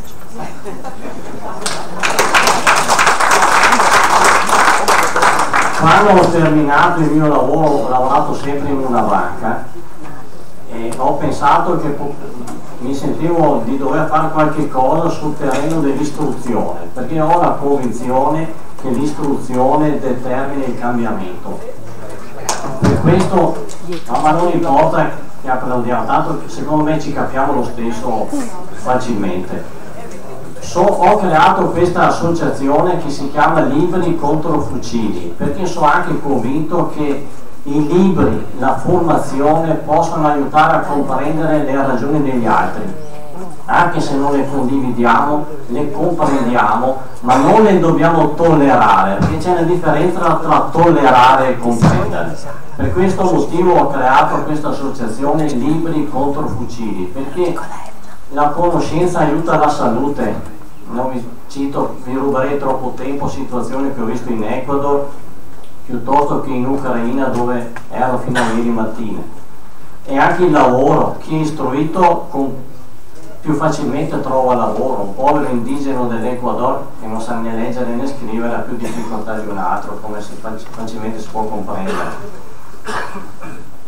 cosa abbiamo fatto in questo periodo? Siamo riusciti a costruire 14 scuole, avete visto qualche immagine, abbiamo fatto interventi in Ecuador, in Cambogia, in Nepal, in Pakistan e in Burundi, e lo facciamo solo dove sappiamo che neanche un dollaro va perduto. Chi lavora per questa associazione non riceve neanche un centesimo di rimborso spese, di compenso o di altro, neanche un centesimo. E vi ricordo che gli estratti conto, tanto per essere trasparenti, sono pubblicati sul sito libricontrofucili.org. Lì vedrete gli estratti conto, anzi ringrazio anche le strutture della CGIL che mi hanno dato una mano e grazie alle quali siamo riusciti a fare numerosi interventi.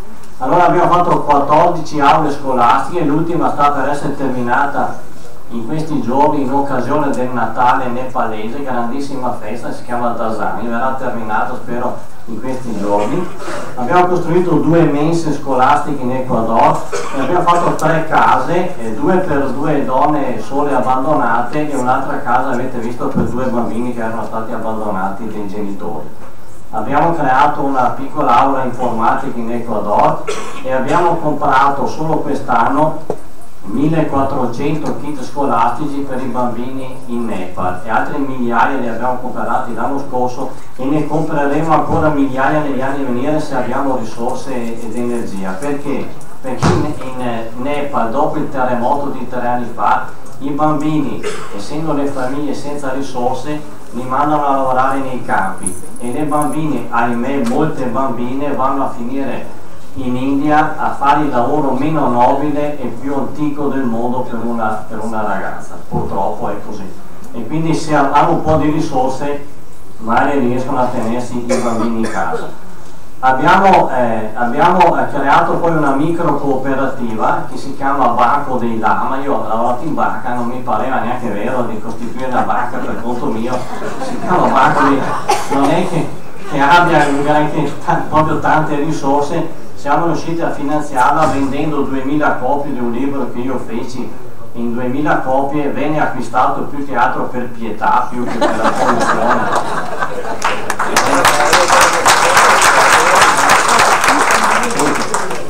Venne acquistato perché finanziare questo progetto, questa micro cooperativa, poi si scomodò perfino Sebastiano Salgado, forse il più grosso bianco-nerista oggi del mondo, che conobbi, non vi dico come, insomma, perché succede di tutto. Per cui siamo riusciti a comprare, grazie a questa micro cooperativa, 2700 animali e vengono consegnate copie di animali alle comunità. Ecco, anche qui preciso per rispetto del genere, che non sono proprio coppie di animali, sono un maschio e 18 femmine, quindi mi piace tanto perché il lama funziona così, mi piace, però in Ecuador comprano un maschio e 18 femmine, finora 2700 animali consegnati alle comunità e il prestito che facciamo è di circa $200 e loro rimborsano circa $4,50 al mese e dopo 2 anni hanno 4 animali anziché 2. Ecco, questo è se non hanno i soldi non è come la banca che gli sequestra l'animale, se lo tengono lì e cercheremo di dare la mano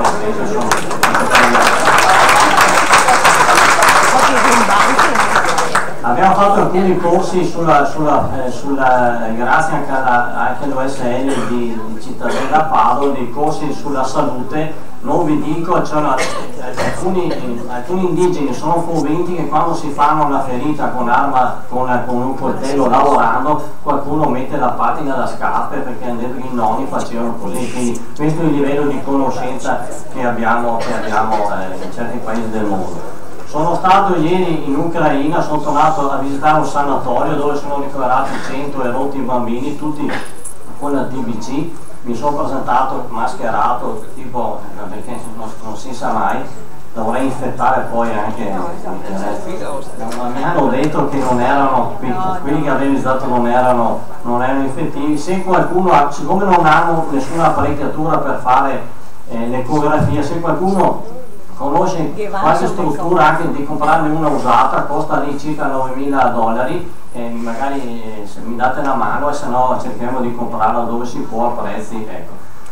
vi ringrazio dell'ospitalità e io mi permetterò di lasciarvi i bigliettini del 5 per 1000 che noi, insomma, per noi sono essenziali, però se dedicate questa spesa a emergency piuttosto che a emergency, lasciatela lì che sono più bravi e molto più.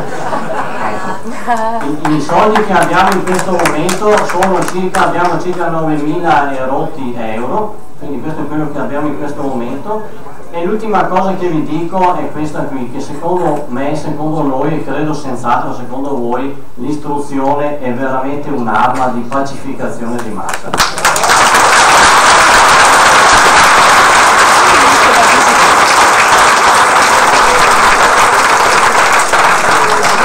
Bene, noi diamo la parola a Claudio Zaccarin, responsabile regionale del CASP, per l'ultimo intervento, in quanto alle 13 è prevista la sospensione.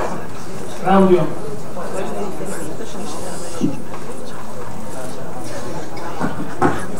Stiamo vivendo una crisi dai caratteri inediti, diceva la Elena. Se così è, anche i bisogni che in essa insorgono sono inediti. E questi bisogni inediti la CGIL li ha conosciuti nella stagione che stiamo attraversando, soprattutto attraverso il sistema dei servizi e del sindacato pensionario.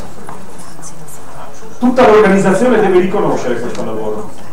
Ci trasciniamo ormai da lunghissimo tempo una discussione su cosa sia un sindacato contrattuale e cosa sia un sindacato dei servizi, parlando ormai un linguaggio nell'uno e nell'altro caso che nulla ha a che fare con le cose di ogni giorno. E questo secondo me è il punto.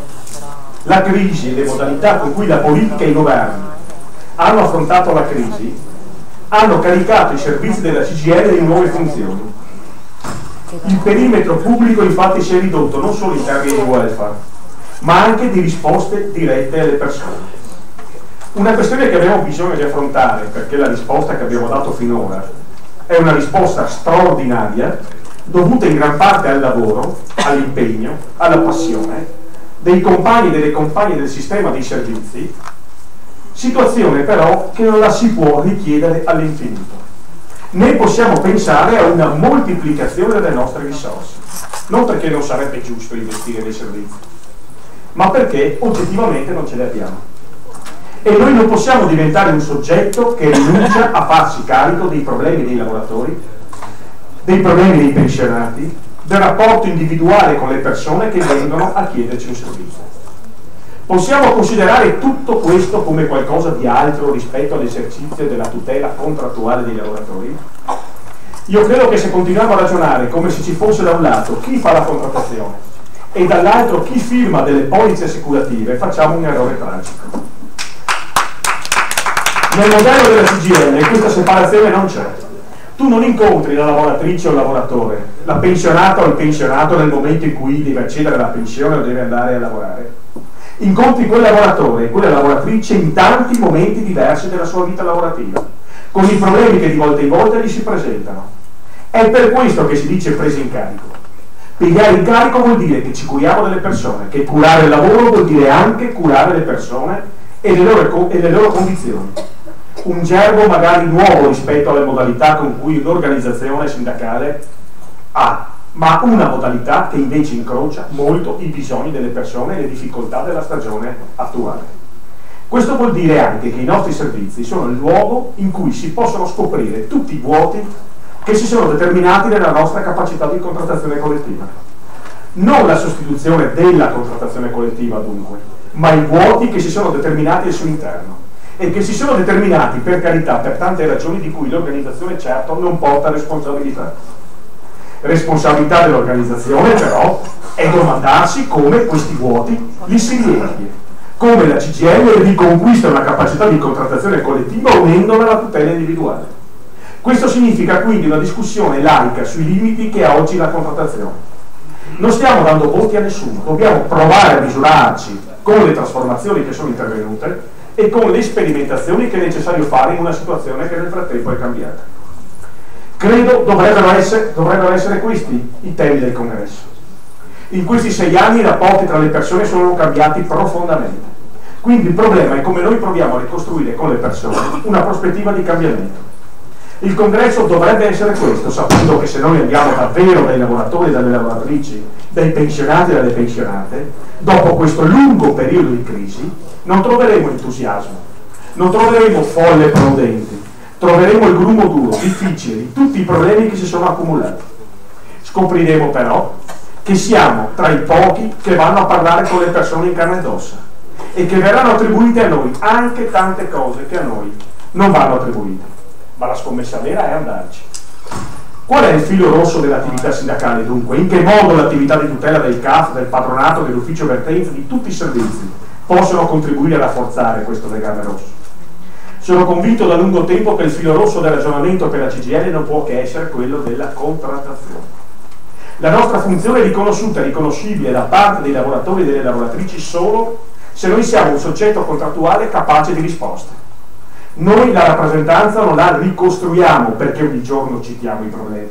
Noi la risposta la forniamo se siamo in grado di dire che per l'insieme dei soggetti del mondo del lavoro e dei cittadini, che sono quelli che vogliamo rappresentare, siamo in grado di offrire una risposta. Funzione riconosciuta e riconoscibile. La nostra vera difficoltà è che noi oggi, se noi siamo un soggetto contrattuale capace di risposta dei lavoratori, noi la rappresentanza non la ricostruiamo perché diciamo la maggioranza dei lavoratori noi la risposta la forniamo se siamo in grado di dire che per l'insieme dei soggetti del mondo del lavoro e dei cittadini, per la sua soluzione bisogna proporre una nuova modalità di offrire una risposta che permetta di riconoscere e riconoscibile. La nostra vera difficoltà è che non solo per la del mercato del lavoro, che non sono per l'esternalizzazione, che non sono per il sommerso, che non sono per la dimensione di impresa, che non sono per la risposta alla forniamo, ma la nostra esperienza, l'unica che per l'insieme dei soggetti del mondo del lavoro dei cittadini, per la sua è che noi non facciamo una nuova modalità di offrire, ma come si sta facendo uscire la vera difficoltà è che il sistema che vogliamo sapere che facciamo che verranno che non sono il problema che noi facciamo pensare a e come riusciamo a recuperare quella capacità di comunicazione continua per cui le singole domande individuali non restano ma diventano domande di rappresentanza vuol dire tutto questo, vuol dire che innanzitutto vedo che il poco la domanda di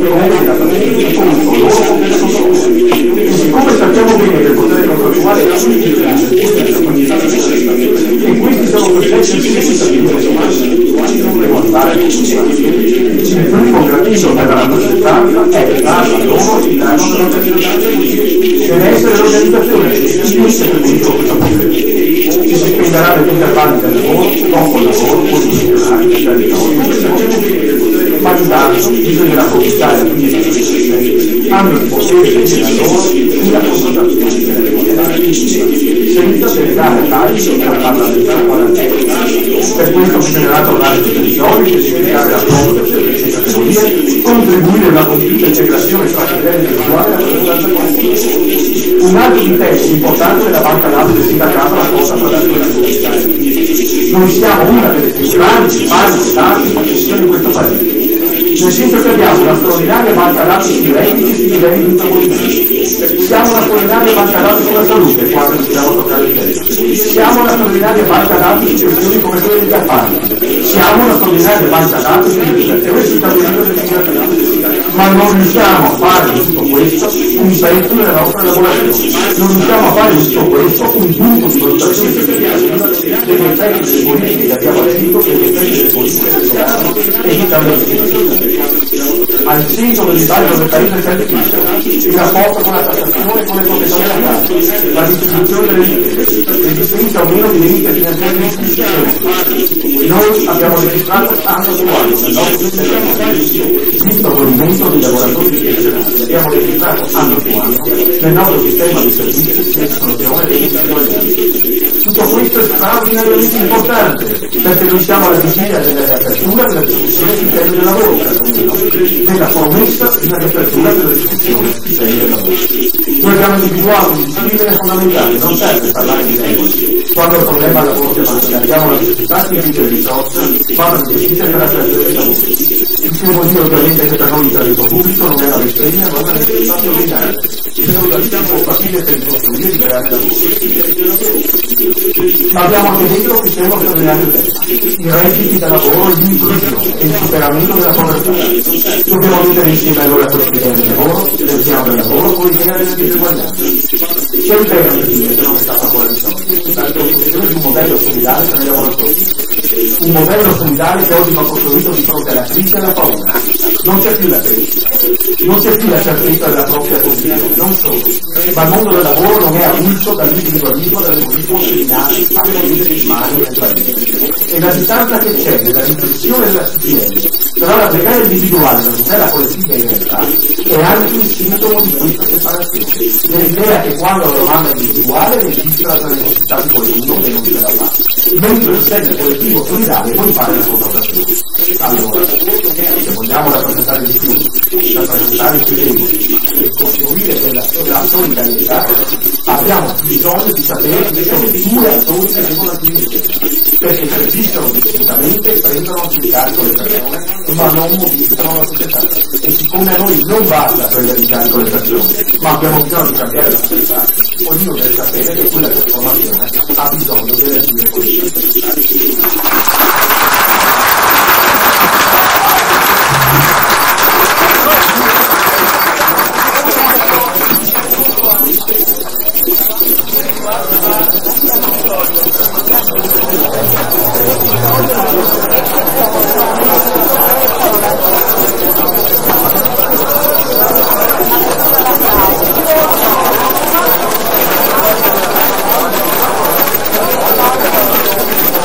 È stata trovata una spilla di una signora a forma di mezzaluna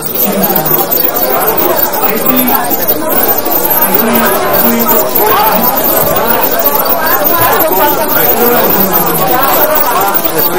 eccomi qua.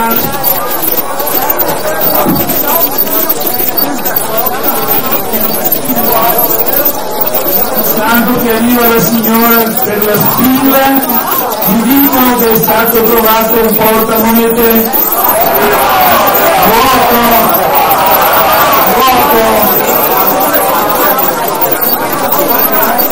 Qui c'è un portamonete vuoto.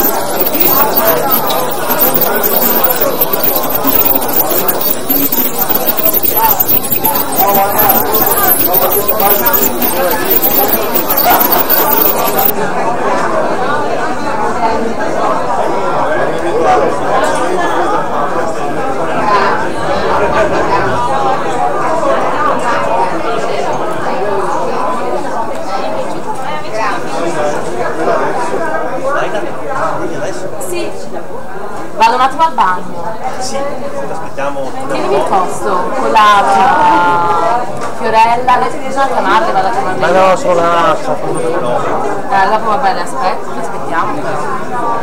Sì, ma avete lavorato quanto di cose. Ok.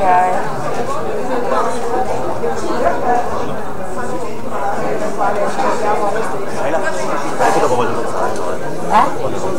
Ma sì, mi sono avanzata un sacco. No, però va bene. Davvero, allora sono stata brava a scegliere i gadget. Sì, c'è una bella ovvio, sarebbe qualsiasi roba, i gadget di allora. Dopo anni qua. Vado a prendere il un caffè da mezzo carta. Quando ho più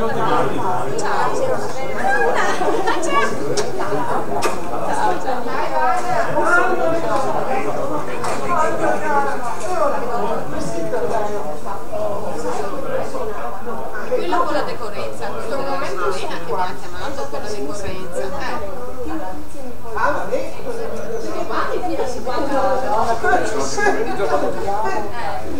Posso fare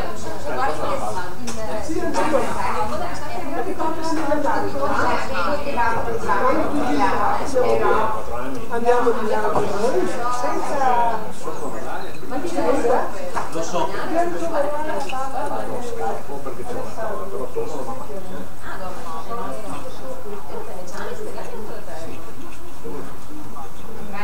Allora io ho parlato con Fiorino, gli ho spiegato che è stato risolto, però non si sa niente dopo di quella telefonata. Ah ok, perfetto, perciò lì basta solo prendere parte il direttore e dire che c'è ogni volta che sei in una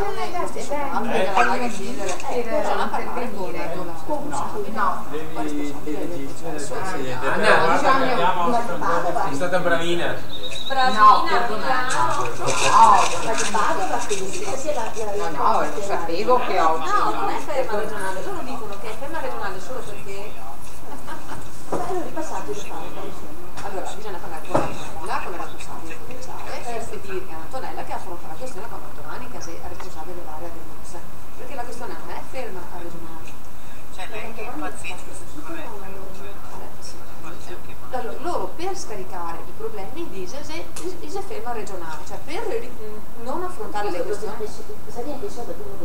Sì, dopo io ho fatto un'operazione, una cazzata. Però è anche vero che nessuno le ha, lui ha detto